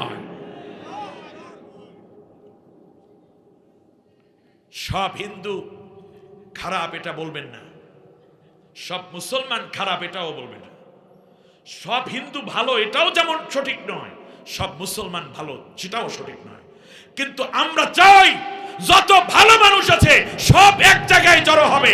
আপনি যদি ভালো পীর হন এক জায়গায় আসুন, ভালো মুরিদ এক জায়গায় আসুন, ভালো তবলিগ করেন আপনি আসুন, ভালো বিএনপি করেন এ জায়গায় আসুন, ভালো আওয়ামী লীগ এ জায়গায় আসুন, ভালো ইমাম এ জায়গায় আসুন, ভালো কওমি হুজুর এ জায়গায় আসুন, ভালো মেম্বার এ জায়গায় আসুন, ভালো চেয়ারম্যান এ জায়গায় আসুন। সব ভালো মানুষগুলো একত্রিত করে আগামীর বাংলাদেশ করতে হবে, তখন সোনার বাংলা আমরা সাজাতে পারবো ইনশাআল্লাহ।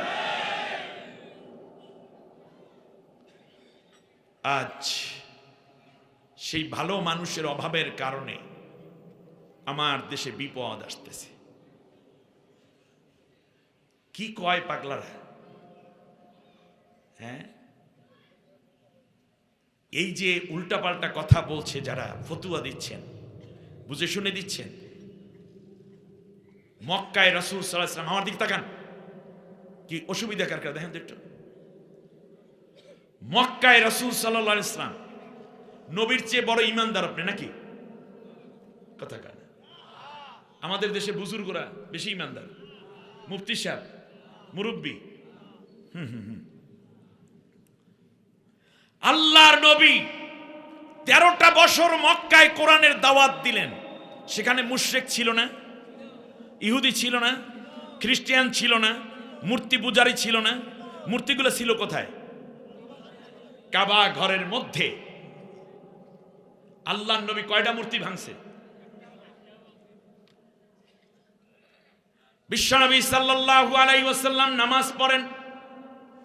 আপনি ইসলাম যদি মুরব্বির থেকে নেন, আপনার পীরের কাছ থেকে নেন, আপনি যদি ইসলাম শিক্ষা যদি ওই বুজুর্গের কাছ থেকে নেয়, মুফতি থেকে নেন, আপনার কপাল পড়বে। আর যদি আল্লাহর নবী এবং সাহাবীদের কাছ থেকে ইসলাম নেন, আপনার নসিব খুলে যাবে। সুতরাং স্পষ্ট কথা, কোন পীর সাহেব আমার দলিল নয়, কোন বুজুর্গ আমার দলিল নয়। আমার দলিল আল্লাহর কোরআন, নবীর আদর্শ, সাহাবীদের আদর্শ। এর নিচে যদি কারো আমল আল্লাহর নবীর সাথে না মেলে, এই ব্যক্তি বাদ হবে। আমার নবী যেভাবে করেছেন সেইটা বিজয় নিতে হবে। চালাকি করে কিছু কথা বলা যায়, মানুষকে বিভ্রান্ত করা যায়, কিন্তু জ্ঞানীদেরকে ফাঁকি দেওয়া যায় না। খেয়াল করুন, বিশ্বনবী সাল্লাল্লাহু আলাইহি ওয়াসাল্লাম তওয়াফ করেন। কি তওয়াফ করেন? কাবা শরীফ তওয়াফ করেন। কাবার মধ্যে কি এই জন্য আল্লাহর নবী কি মূর্তি পূজা করছে নাকি? তা নবী দুস কথা বুঝাইতে পারি না। কে নবীর চাইতে ঈমানদার? আপনি নবীর ঈমান হইল সেই ঈমান লইয়া আবু বকরের ঈমান নিয়ে, ওমরের ঈমান নিয়ে, ওসমান আলীর ঈমান নিয়ে, খাব্বাব, খুবাইব, বেলাল, আরাত, আব্দুর রহমান বিন আউফদের ঈমান নিয়ে তারা বাইতুল্লাহ জিয়ারত করে। ভিতরে 360টা মূর্তি, তাদের ঈমান নষ্ট হয় নাই।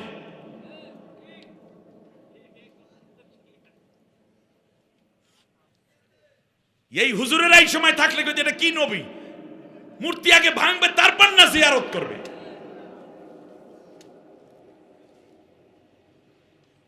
আমি বিশ্বাস করি যতগুলো ফাটল আমাদের অন্তরের মধ্যে লেগেছে, প্রত্যেকটা ফাটল জোড়া লাগবে ইনশাআল্লাহ।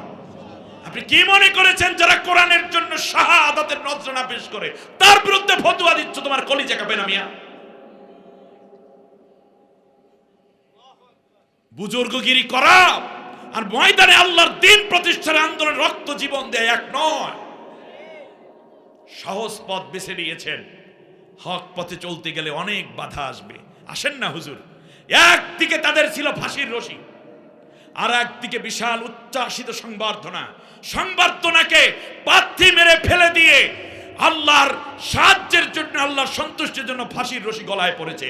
এর নামই হচ্ছে জিহাদ ফি সাবিলিল্লাহ। এটাই হচ্ছে ইমানের মৌলিক পরীক্ষার জায়গা। হুজুর একবার গলায় রশি পড়েন, তারপরে বোঝা যাইবে আপনি আসল না নকল। আপনি তো চারিপাশেই নাই, আন্দাজি মান্দাজি। একটু জিকির করুন লা ইলাহা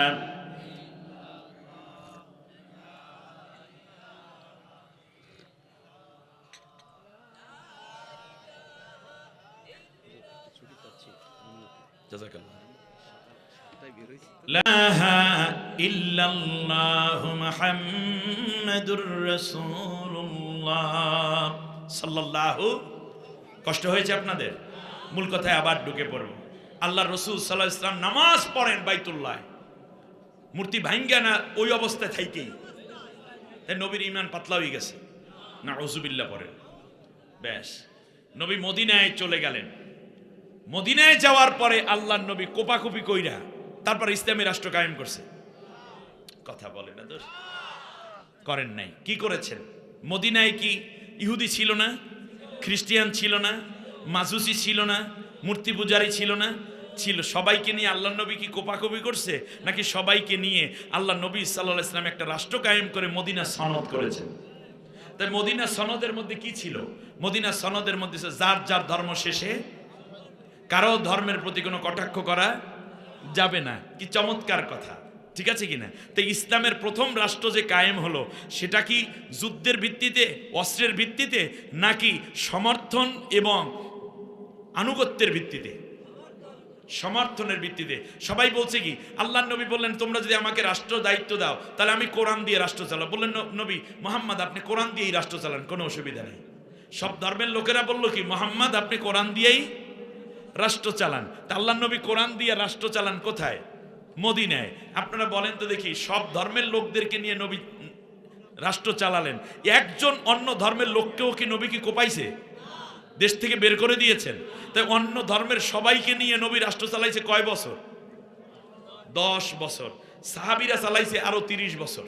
তাহলে এখন বলুন তো দেখি, তাহলে নবীও অন্য ধর্মের লোকদেরকে নিয়ে রাষ্ট্র পরিচালনা করেন, আর বাংলাদেশে জামায়াত ইসলামী অন্য ধর্মের লোকদেরকে নিয়ে রাষ্ট্র চালাইতে চায়। কাই উনি কি ইসলাম করবে? ওনাদের ইসলাম হইল না। তার কারণ ওনার মতো ইসলাম বানাইলো না কেন জামাত ইসলামী? এই জন্য জামাত শেষ। জামাত ইসলামের মতো আছে, আপনার ইসলামের মতো নাই। আপনার ইসলাম ইসলামের মতো বানান, আপনাকেও জামাতের মধ্যে খুঁজে পাবো, জামাতও আপনার মধ্যে খুঁজে পাবে। ঠিক কিনা বলেন? নিজের প্যাটার্নে ইসলাম বানায়েন না, কোরআন হাদিসের প্যাটার্নে ইসলাম বানান। আল্লাহ কবুল করুন। আরো জোরে বলেন। প্রিয় ভাইরা, রাসূল সাল্লাল্লাহু আলাইহি ওয়াসাল্লাম মক্কায় ছিলেন 13 বছর। চাইলে 2-4-5টা কাফেরের মারিয়ে ফেলাইতে পারতেন না। ওমরের মতো মানুষ তার হাতে, সুবহানাল্লাহ কয় না? খাব্বাব খুবাইবদের মতো, বেলালের মতো শক্তিশালী যুবক তার হাতে। এই সাহাবীরা মিলেই তো, আমার দিকে তাকান, আমার দিকে তাকান, এই সাহাবী কয়জন মিলেই তো বদরের যুদ্ধটা করলো, ঠিক না? তো বদরের যুদ্ধে মাত্র 313 জনে 1000কে সমানে সাইজ কইরা দিয়া 70টারে আবু জেহেল, আবু লাহাব, উতবা, সাইবা, রবিয়া, উমাইয়া বিন খলফ সহ 70টারে কোপাইয়া বদরের প্রান্তরে কি করছে? পৃথিবী থেকে বিদায় করে দিল। তো এই লোকগুলো মক্কায় ছিল, একটার গায়েও যে হাত তোলে না, তার কারণ যে নিজের দেশে যখন নবীজন মক্কায় ছিলেন, ওটা কার দেশ? তাহলে বোঝা যায় ইসলামের নামে নিজের দেশের লোককে মারা, হত্যা করা, গালি দেওয়া, টর্চার করা ইসলাম সমর্থন করে না। থিম বুঝতে হবে। হুজুর আপনি যেই কিতাব পড়েন, ওই কিতাবের বাইরে যে আরো কি কি কিতাব আছে একটু পড়ে দেখেন। তাহলে আল্লাহর নবী যেই সাহাবীদেরকে নিয়ে যুদ্ধে নামলেন, সেই সাহাবীরই তো মক্কায় ছিল। 2-4-5টারে ফেলাই দিতে পারতেন না নাকি? নবী করেছেন? 13 বছর মাইর খাইছে, খালি খাইছে না। আচ্ছা, মদিনায় আসার পরে মদিনার মধ্যে কিছু অমুসলিম ছিল কি ছিল না? এমনকি মুনাফিকও ছিল কিনা? তো 2-4টারে মাইরে ফেলাইতে পারতেন না? পারছে? মারছে? মারে নাই। কারণটা কি? কারণ হচ্ছে নিজের দেশের লোকদেরকে ইসলাম ক্ষমতায় থাকলেও মারে না, ক্ষমতায় না থাকলেও। এই জন্য জামায়াত ইসলামী এই রাষ্ট্রের অমুসলিম, মুসলিম, অন্য দল, অন্য মত কারো গায়ে হাত তুলে কাউকে হত্যা করে না। কোনো প্রমাণ দিতে পারবে না কোনো বাপের সুপুত্র, কেবলমাত্র মিথ্যা কথা তোমরা বলতে পারো। আর শিবির রক কাটে কোন সৎ মায়ের সত্য সন্তান এই কথা প্রমাণ করতে পারে না। কারণ আমরা ইসলাম জানি, ইসলাম বুঝি বিধায় কোন নিজের রাষ্ট্রের লোকদেরকে, সে অমুসলিম হলো, তার গায়ে হাত তোলা ইসলাম সমর্থন করে না, আমার নবী করে নাই। ঠিক কিনা বলেন?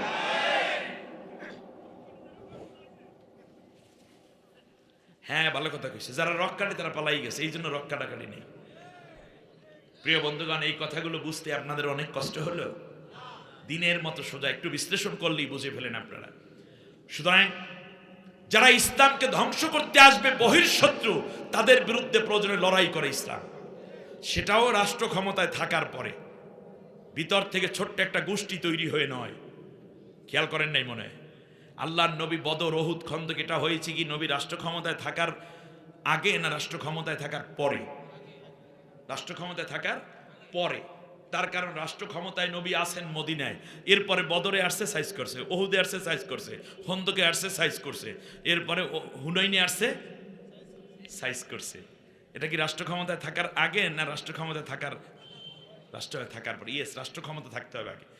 যাই হোক, আমি আপনাদের উদ্দেশ্যে বলছিলাম যে পৃথিবীতে বিপদ কেন আসে।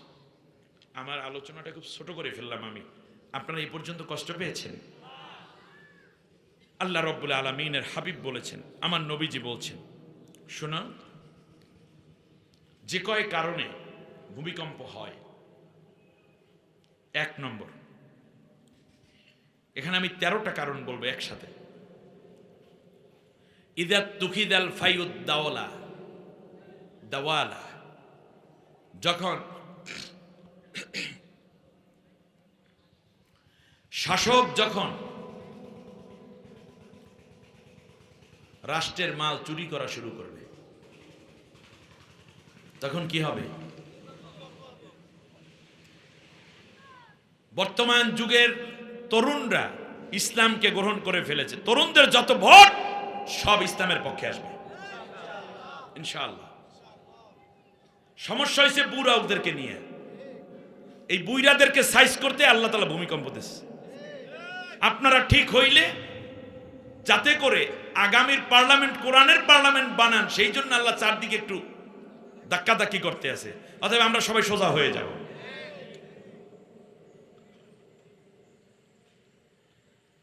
দ্বিতীয় চাল আমানাতু মাগনামা, আমানতের মাল খেয়ানত করা হবে। দেশের সম্পদ বিদেশে পাচার করছে না, মূলত এই ভূমিকম্পের কারণে এখন না, ভূমিকম্পের কারণ হইল আগেরটা এবং ভবিষ্যতেরটা। আগে কইরে থুইয়ে গেছে ওই জ্বালা, তার কারণ এক জায়গায় বসে গুলিটা যাইতেও তো সময় লাগে। সেই গজবে এখন আমরা ইনলিস্টেড হয়েছিলাম, সেই সময় মার খেতে আছি এখন।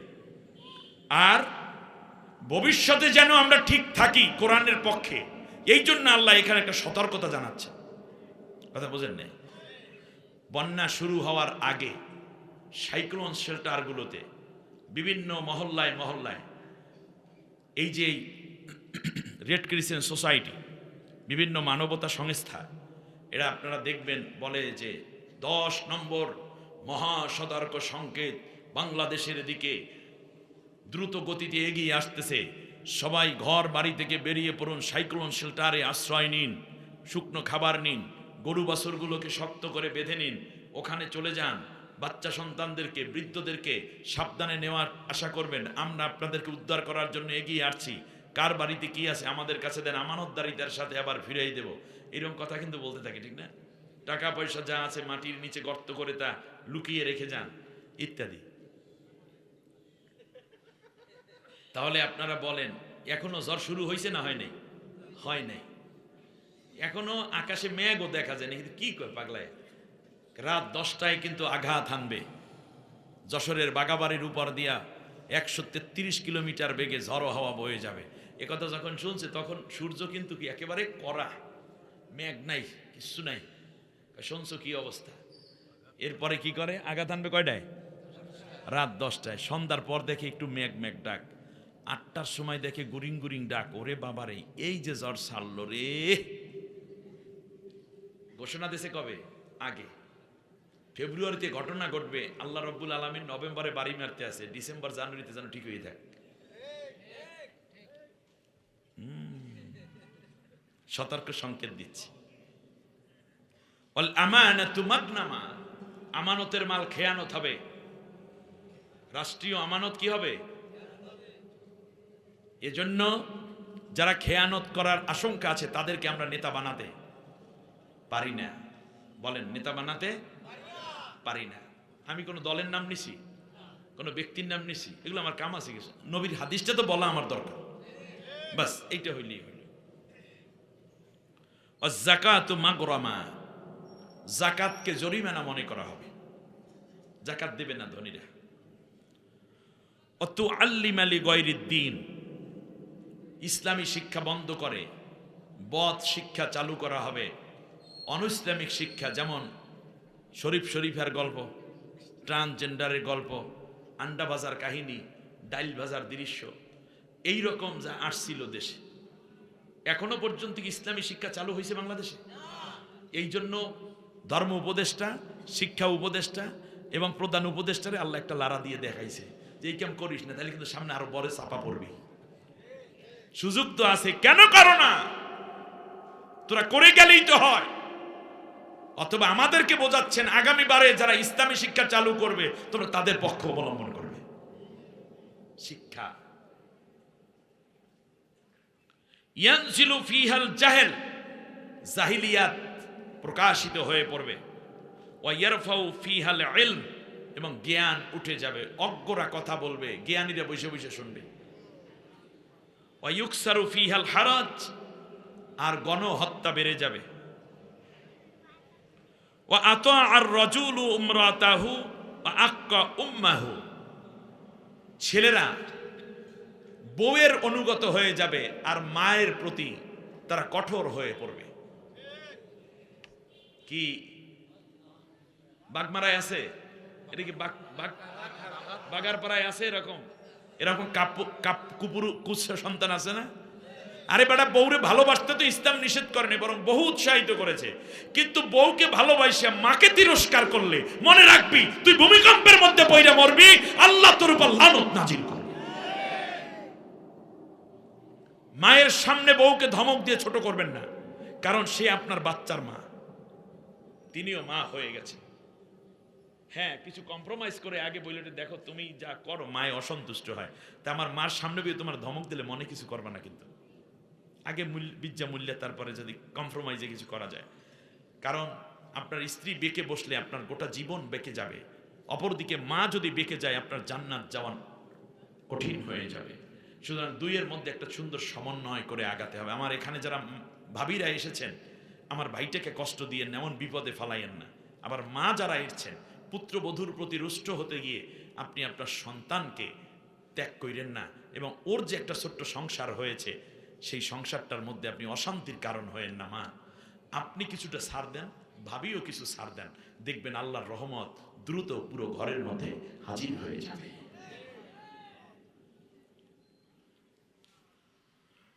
وأدنى صادقه وأقصى أباه, বন্ধু বান্ধবদেরকে দারুণ মায়া করবে, মহব্বত করবে, বহু দূরের মানুষকে বন্ধু বানাইয়া কাছে আনবে, আর নিজের পিতাকে দূরে সরাইয়া দেবে। মামা শ্বশুরের সম্বন্ধী সম্পর্কটা কি বললাম তো? মানে বউয়ের মামা শাশুড়ির ভাই, এর কি কয়? মামা কেন নাকি? তা মামা শ্বশুরের সম্বন্ধী, তার দোস্তের ছোট ভাই, সেই ছোট ভাইয়ের খালাতো ভাইয়ের শ্বশুরের নাতি। এ বাড়িতে আসার পরে খাসি জবা দেয়, আরেকটু খান, আরেকটু খান, মাছ দেয়, কোরমা দেয়, পোলাও দেয়, ফিন্নি দেয়, জর্দা দেয়, কালিয়া দেয়, কোপ্তা দেয়, কাবাব দেয়, স্বামী কাবাব দেয়, রেজালা দেয়, বড় কাতলের মাথা। কেন? সম্পর্কটা মামা শ্বশুরের সাথে যায়, এই কারণে শাশুড়ি খুশি হইবে, শ্বশুর খুশি হইবে, শালায় আসছে বেড়াইতে, শালার আত্মীয়। কিন্তু পাশেই বাবা বসে আছে, আব্বাই পরে খাইবেন, আব্বাই পরে খাইবেন। আস্তাগফিরুল্লাহিল আযীম। আমার সোনা ভাই, এটা করো না তুমি। আগে বাবাকে দাও, তারপর বন্ধু বানাও, কিন্তু বাবার চেয়ে বড় বন্ধু পৃথিবীতে কেউ হতে পারে না। অজহরাতিল আসওয়াতু ফিল মাসাজিদ, মসজিদের মধ্যে শোরগোল শুরু হয়ে যাবে। আওয়ামী লীগের সময়, ওই স্বৈর শাসকের সময় আলেমরা মুখ খুইলে কথা কইতে পারেনি, এখনো পারে না, এখনো বাধা আছে না বিভিন্ন মসজিদ। এটা নিয়ে আমি একদিন কথা বলবো, আজকে বলবো না, কারণ ওটার ভিকটিম আমি নিজেও। পুরান আওয়ামী লীগ নতুন হয়েছে, রাজনীতিতে আসছে, নতুন দলে যোগদান কইরা আমারই উঠাই দিয়েছে ঠিক মতো। আওয়ামী লীগের সময় আমি রাজাকার কইয়া তারা মানববন্ধন করেছে, পুলিশ আইনে হেনস্থা করছে। আর যেই আওয়ামী লীগগুলো গত জুমায় ছিল টাটকা আওয়ামী লীগ, তারাই পরবর্তীতে পরের দিন বিএনপি হইয়া এই হুজুর রাখার দরকার নাই, এর বাদ দাও। এই করুণ কাহিনী আজকে বলবো না। এক মসজিদ থেকে উঠেছে, আল্লাহ 4টা মসজিদ খুলে দিয়েছে। মসজিদ তোর বাবার, মসজিদ আল্লাহর ঘর। এখানে সত্য যদি বলতে না পারো ইমাম, মসজিদ ছেড়ে দাও, চাটুকারিতা বাদ দাও। ইমামতিকে কেউ চাকরি মনে করলে সে নিকৃষ্ট চাকরি আর নাই, আর এটাকে খেদমত মনে করলে সে শ্রেষ্ঠ খেদমত পৃথিবীতে আর না। কোনদিন মসজিদের চাকরিকে চাকরি মনে করি নেই, খেদমত মনে করেছি। থাকলে আলহামদুলিল্লাহ, না থাকলে ডাবল আলহামদুলিল্লাহ। আল্লাহর ঘর, এখানে কোনো ব্যক্তি দল কিংবা মতের কথা প্রচার করা আমার কাজ নয়। আমার আল্লাহর কথা প্রচার করা, আমার নবীর কথা, নবীর সাহাবীদের কথা প্রচার করা আমার দায়িত্ব। মসজিদের মধ্যে কেউ যদি মসজিদের মধ্যে উচ্চবাচ্য কথা বলে, গোলমাল করে, ওর ঘাটটা ধরে মসজিদ থেকে বের করে দেন। এটা আমার দলীয় কোনো কার্যালয় নয়, এটা কোনো পল্টনের ময়দান নয়, কিংবা এটা নয় কোনো ক্লাব। এখানে আল্লাহর কথা হবে, অন্য কারো নয়। আমরা হলে সকলকে আল্লাহর লানতের শিকার হতে হবে। ওয়াজহারাতিল আসওয়াতু ফিল মাসাজিদ, এটা গজবের আলামত। এটা কিসের আলামত? তাই মসজিদের মধ্যে এরকম শোরগোল করতে দেওয়া যাবে না। কোনো নামাজি শোরগোল করে? নতুন মুসল্লি হয়েছে, নতুন কমিটির সদস্য হয়েছে, ইমামের উপরে প্রভাব বিস্তার করবে, দান বাক্সটা কেমনে দেখাশোনা করবে, এলাকার মানুষের একটু মসজিদে খুতবার আগে একটু দাঁড়াইয়া উনি নেতা নেতা ভাব দেখাবে, এই রকম দুশ্চিন্তা করে নতুন কিছু কমিটি গঠন হচ্ছে। এই কমিটি হওয়াই তো লানতের কারণে। একদিন এই মসজিদ থেকে ঘাড় ধরে ধরে জনগণ বের করে দেবে। ওয়াসাদাল কাবিলাতা ফাসিকুহুম, আর জাতির লোকদের মধ্যে ফাসেক লোকেরা নেতা হয়ে যাবে। বলেন তো কি বলছি? ফাসেক লোকেরা নেতা হয়ে যাবে, দিনদারেরা হবে পরাজিত। এটা কিসের আলামত? আপনারা কি কিয়ামতের আলামত গড়াইতে চান? অতএব সুন্দর পৃথিবী গড়ার জন্য হলেও, বিপদ মুক্ত পৃথিবীর জন্য হলেও আমরা ফাসেকদেরকে কোনোদিন নেতা বানাবো না, আমরা দিনদারদেরকে, ইমানদারদেরকে নেতা বানাবো ইনশাআল্লাহ। আল্লাহ নবী এর জন্য বলেছে, ইন্নামা আকাফু আলা উম্মাতিল আইম্মাতাল মুদাল্লিন, আমার বড় ভয় হয় কিয়ামতের পূর্বে সবচেয়ে পথভ্রষ্ট মানুষগুলো নেতা হয়ে যাবে। আলহামদুলিল্লাহ সূরা জানে না, ওই যে এক নেতা বলল না, মনে পড়ে? ওই যে গণশিক্ষা প্রতিমন্ত্রী, আল্লাহ মোনাজাত ধরছে 15ই আগস্ট, আল্লাহ আমার নেতাকে জাহান্নামের সবচেয়ে একটা ভালো জায়গায় ব্যবস্থা করে দিও। এই যে আমার ভাই বলতেছে, একটা সত্য কথাই কইছি, ওর মুখ থেকে বাইরে গেছে, ওইটা ঠিক না। গর্দ মূর্খ কাকে বলে? এখনো মূর্খদের কথা আমরা শুনি, মনে হয় জ্ঞান দিতে বের হয়ে গেছে, ঠিক না? আল্লাহ নবী বলেছেন, আমি ভয় করছি জাতির নেতা হবে তারা, অথচ তারা কি? মূর্খ। বলেন কি? মূর্খ, পথভ্রষ্ট, দোয়া কুনুত জানে না, আলহামদুলিল্লাহ জানে না, আত্মাই তো জানে না, বড় বড় নেতা হয়ে গেছে। ইমানদারের নেতা হবে আপনি যেই মানের ইমানদার, তার চেয়ে ভালো মানের ইমানদার। মনে থাকবে? ওয়াকানা সাইমুল কওমি আরজালুহুম, পাপিষ্ঠ ব্যক্তিরা জাতির নেতা হবে। ওখানে বললেন মুদাল্লিন, ওখানে বললেন ফাসেক, এখানে বললেন পাপিষ্ঠ। পাপিষ্ঠ, পথভ্রষ্ট এবং ফাসেক, এই 3 শ্রেণীর লোকরা নেতৃত্বের জন্য আসলে তাদের থেকে দূরে চলে যেতে হবে, তাদের হাতে নেতৃত্ব তুলে দেওয়া যাবে না। মনে থাকবে? ব্যাস। উকরিমার রাজুল মাখাফাতা শাররিহি, মানুষ মানুষকে সম্মান করবে ব্যক্তির ভয়ের কারণে, মায়া কিংবা যোগ্যতার কারণে নয়, ভয়ের কারণে সম্মান। পুলিশের আগে মানুষে যে সম্মান করতে, এটা কি আপনি মানুষের মর্যাদার কারণে না ভয়ের কারণে? এই যে আওয়ামী লীগের নামটাই নিতে চাই নাই, না লইও পারলাম না, এই যে যারা ছিল এলাকার নেতা পাতি নেতা, বলেন তো দেখি তাদেরকে এই জাতির লোকেরা সম্মান টম্মান যা করছে, আপনারা বলেন আসলে এই সম্মান কি ইচ্ছায় করছে না অনিচ্ছায় করছে? ভালোবাসা করছে না ভয়ে করছে? অতএব ভয়ের কারণে যদি নেতাকে সম্মান করে, এটা কিয়ামতের আলামত। কিসের আলামত? কিয়ামতের আলামত। আচ্ছা, তাদেরকে যে ভয়ের কারণে সম্মান করতে, আমি 2টা আয়াত বলি তাহলে আপনারা বুঝবেন। আল্লাহ রাব্বুল আলামিন বলেন, ফামা বাকাত আলাইহিমুস সামাউ ওয়াল আরদু ওয়া মা কানু মুনজারিন। পৃথিবীর সবচেয়ে বড় স্বৈরশাসক ফিরআউন যখন মারা গেল, পৃথিবী এবং আসমানে এর মৃত্যুর সংবাদ শুনে এর 14 গোষ্ঠী যে পানিতে ডুবে শেষ হয়ে গেছে লোহিত সাগরে, এই খবর শোনার পর কোনো ব্যক্তি কান্দে নাই, নারী পুরুষ পৃথিবীর বুকে কেউ কান্দে নাই, আসমানেও কেউ কান্না করে নাই, এমনকি কান্না করার কোনো পরিবেশও ছিল না। আপনার বলেন 15ই আগস্টে, মানে 5 আগস্টে কে কে কানছে বলেন? আহা বুইনে চল্লা যায় রে, বুকটা ফেটে যায়, কেউ কানছে? আচ্ছা, কান্না করার কোনো পরিবেশ ছিল? এমনকি তার ছেলে মেয়ে 2টা যে বিদেশ আছে এগুলাও কানছে, সাথে যে বুইনটা ছিল বুইনেও কি কানছে? কান্দে নাই। দলের কোনো লোকেরা কানছে? কান্দে নাই। কোনো পুলিশ কানছে? হাউন আঙ্কেল কানছে? মনিরে কানছে? বেনজির কানছে? কেউ কান্দে নাই। কান্দে তো না, তাই করে কি? ফাকুতিয়া আদাবিরুল কওমিল্লাযীনা যালামু ওয়ালহামদুলিল্লাহি রাব্বিল আলামিন। আল্লাহ রাব্বুল আলামিন বলেন, এদের মৃত্যুর সংবাদ শুনে, পরাজয়ের সংবাদ শুনে মানুষেরা ইন্নালিল্লাহ পড়ে না। একটা বাতি নিভে গেলেও মানুষ ইন্নালিল্লাহ পড়ে। একটা বিড়ালের গায়ে যদি কেউ আঘাত করে ইন্নালিল্লাহ পড়ে।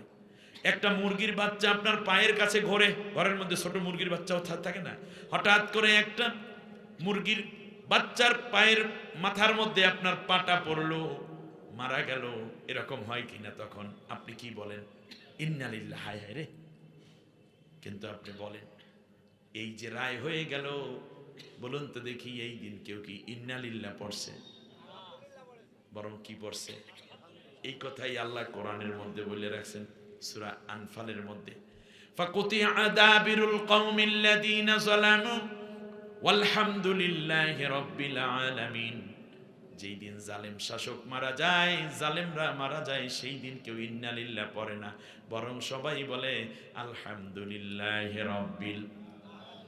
যেই দিন একটার পর একটা ফাঁসি কার্যকর করা হবে, আপনারা কি মনে করেন ফাঁসি কার্যকর হবে না নাকি?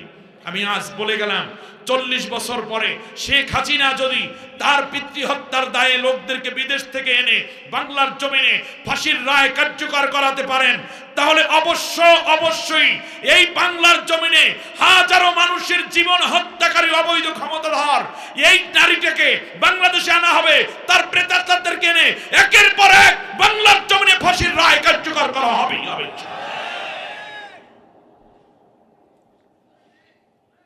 গল্প বলি না, লিখে রাখেন, ইটস ট্রুথ এন্ড রিয়ালিটি।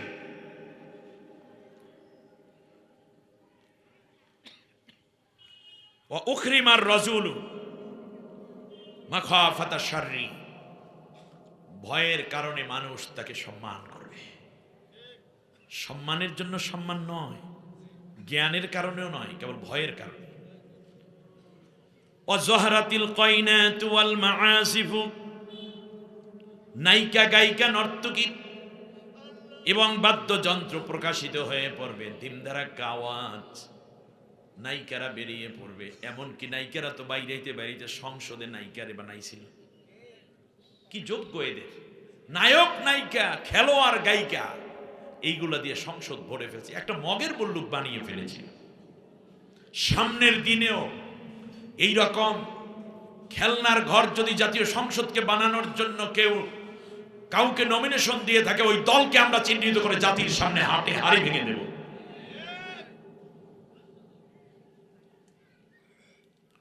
অশুরিবাতিল খামার, প্রচুর পরিমাণে মাদকের সয়লাব বয়ে যাবে।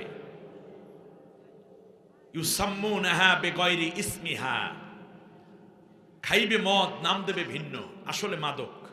কেউ বলবে হুইস্কি, কেউ বলবে মারজুয়ারা, পেথিডিন, ইয়াবা, গাজা, হিরোইন, মদ, এরকম বিভিন্ন নাম দেবে, কিন্তু আসলে খাইবে সব মদ।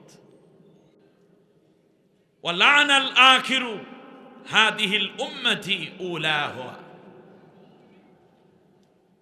এই উম্মত পূর্বের উম্মতদেরকে বলবে ওরা খারাপ কইরা যাওয়ার কারণে আমরা খারাপ হয়ে গেছি। শুধু তাই না, আরো কিছু আলামত শুনুন। আল্লাহ নবী বলেছেন, শোনো, ওয়াল মুলকু ফি সিগারিকুম, কচি কচি পোলাপাইনের হাতে রাষ্ট্র ক্ষমতা উঠিয়ে দেয়া হবে।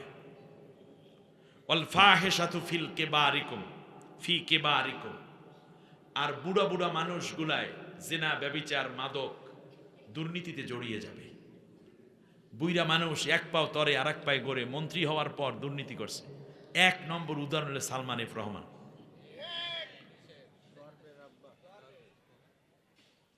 এরপরে মন্ত্রীগুলো যা আছে সবই তো দাড়ি-চুল পাকনা, কিন্তু চরিত্র এবং নৈতিকতা কত নিচে চলে গেছিল। সুতরাং চরিত্রহীন ফজুমার্কা যারা আছে, এদেরকে যদি আবার ফেরানোর চেষ্টা করা হয়, তাহলে এই জাতিটা প্রত্যাখ্যান করবে। ওয়াল ফাহিশাতু ফি কিবারিকুম, বৃদ্ধরা গুনার কাজে লিপ্ত হবে। ওয়াল ইলমু ফি রুজালাতিকুম, নিকৃষ্ট লোকেরা বুদ্ধিজীবী হয়ে সাজবে। এটা ওই জালেম সরকারের সময় খুব বেশি দেখা গেছে, তাই না?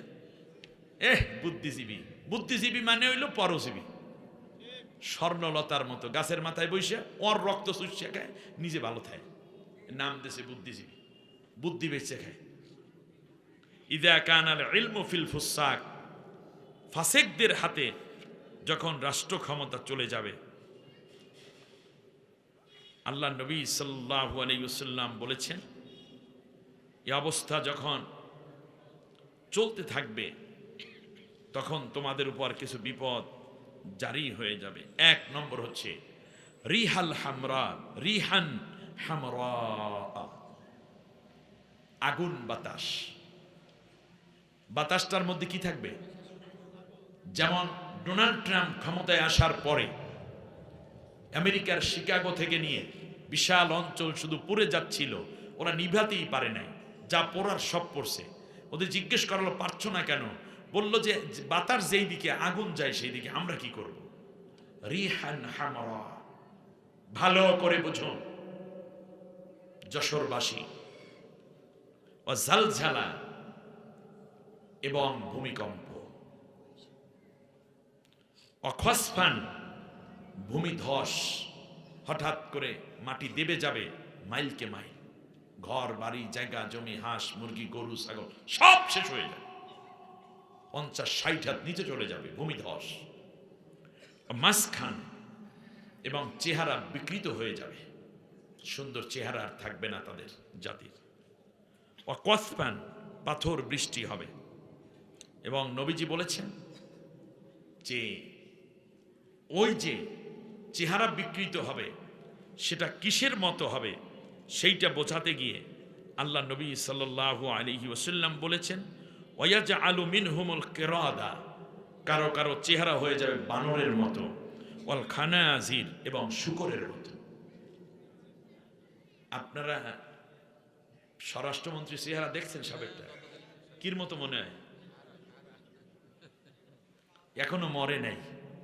আর আল্লামা সাইদি সাহেবকে অন্যায়ভাবে জেল দিলা, জুলুম দিলা, অত্যাচার করলা, ছেলেটা হারাইলো জেলে থাকতে, এরপরে ঔষধ খাওয়াইয়া মানে ইনজেকশন পুশ করে তাকে হত্যা করলা, এরপরও কি সুন্দর নূরের চেহারা।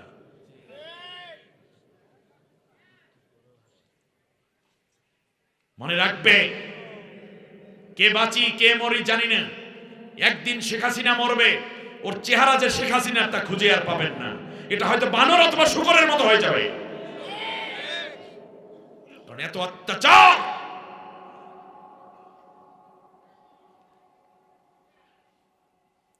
ওয়ায়াকসিবুল্লাহু বিহিমুল আরদ, আল্লাহ রাব্বুল আলামিন মাটি ধসিয়ে দিয়ে জাতিকে নিশ্চিহ্ন করে ফেলবেন। আল্লাহর রাসূল সাল্লাল্লাহু আলাইহি ওয়াসাল্লাম বলেছেন অকসফান এবং পাথর বৃষ্টি এই জাতির উপরে নাজিল হতে থাকবে। এই বিপদগুলো থেকে আল্লাহ যেন আমাদেরকে বাঁচার তৌফিক দেন। সেজন্য আমাদের কি করণীয়? যারা আমানতের খেয়ানত করে আমরা তাদেরকে নেতা বানাবো না। যারা রাষ্ট্রের মাল চুরি করার আশঙ্কা আছে তাদেরকে আমরা নেতা বানাবো না। জাকাতকে জরিমানা মনে করব না। ইসলাম বিরোধী দিন বিরোধী কোনো শিক্ষা ব্যবস্থা আমরা মেনে নেব না। বিজ্ঞান থাকবে, জুলজি থাকবে, বায়োলজি থাকবে, বোটানি থাকবে, ম্যাথমেটিক্স থাকবে, ইংলিশ থাকবে, হিস্ট্রি থাকবে, কিন্তু সেখানে কোরআন শিক্ষা এবং কোরআনিক ইমানি শিক্ষা যোগ থাকবে। এছাড়া কোনো শিক্ষা দ্বারা মূলত জাতির কোনো ভাগ্য উন্নয়ন সম্ভব হবে না। ঠিক তার পাশাপাশি আমরা আমার মায়ের সেবাও করব, বউয়েরও মর্যাদা দেব, কিন্তু বউকে রেখে মাকে দূরে সরাবো না। ঠিক তেমনি বাবাকে দূরে ফেলে দিয়ে বন্ধুকে বুকে টেনে নেব না। মসজিদের মধ্যে বিনে প্রয়োজনে একটি কথাও বলবো না। যত উচ্চবাচ্য কথা হবে সে তত বেশি গুনাহগার হবে। নবীজি বলেছেন মসজিদের মধ্যে কেউ কথা বলে তুমি বলো না এই চুপ করো, এটাও একটা আওয়াজ, এটা নবী পছন্দ। বরং কি মুখে আঙ্গুল দিয়ে কি চুপ করো, মনে থাকবে তো? অনেক গন্ডগোল হচ্ছে, আপনার চুপ করো এটাও বললেন না, এটাও একটা গন্ডগোল অংশ হয়ে যাবে। আল্লাহ আমাদের মাফ করুন। ফাসেক লোকদেরকে, মূর্খ লোকদেরকে এবং পাপিষ্ট লোকদেরকে আমরা সমর্থন দিয়ে নেতা বানাবো না। বলবো না ওই নেতার চরিত্র ফুলের মতো পবিত্র, নামাজ নাই এক তো গাঁজা টানে পছন্দ। এরকম বলা, যেই নেতা সৎ তার পেছনে থাকতে হবে। ভয় পেয়ে জনগণ সেবা আমার যত্ন করবে, মানবে, এরকম কোনো কাজ কোনো নেতার ভিতরে আমরা দেখলে তাকে আমরা নেতৃত্ব দেব না। মাদক এবং মদ সমাজ থেকে মূলোচ্ছেদ করতে হবে। এটা কি আপনি পারবেন ওয়াজ কইরা? রাষ্ট্রের কাজ। এরপরে কাঁচা লোকদের হাতে রাষ্ট্রের নেতৃত্ব দেব না। বয়স্ক লোক যারা পাপাচারে লিপ্ত তাদেরকে সমাজে চিহ্নিত করে বয়কট করতে হবে। নিকৃষ্ট লোকেরা জ্ঞানের চেয়ারে বসে যাবে, এই দৃশ্য আমরা দেখতে চাই না। আল্লাহ রাব্বুল আলামিন আমাদের সবাইকে কোরআন এবং সুন্নাহর আলোকে যে কথাগুলো বলা হলো আমল করার তৌফিক দিন। বিপদগুলো আসবে কি কি? অগ্নিবায়ু, ভূমিকম্প, ভূমিধস, চেহারা বিকৃতি, বিকৃতির মধ্যে রয়েছে বানর এবং শূকরের চেহারার মতো হবে, পাথর বৃষ্টি, ঠিক তার পাশাপাশি মাটিকে ধসিয়ে দেয়া হবে। আল্লাহ রাব্বুল আলামিন আমাদের সবাইকে আজকের এই আলোচনার আলোকে বাকি দিনগুলো সিদ্ধান্ত নিয়ে জ্ঞান এবং কোরআন সুন্নাহর আমলে নিজেদেরকে যেন উজ্জীবিত হয়ে আগামী দিন কোরআনের দিনে আলোয় উদ্ভাসিত করার তৌফিক দান করেন। নামাজের সুরাতে সবাই বসে পড়েন, দাঁড়ানো যারা আদবের সাথে বসুন, মুনাজাত হয়ে যাবে। মা বোন যারা আছেন দূরে কিংবা কাছে, মেহেরবানি করে মুসল্লায় বসে যান, নামাজের বিছানায় বিছিয়ে পড়ুন। আপনিও বাসায় থাকলে দোয়ায় শামিল থাকুন। একবার আলহামদুলিল্লাহ।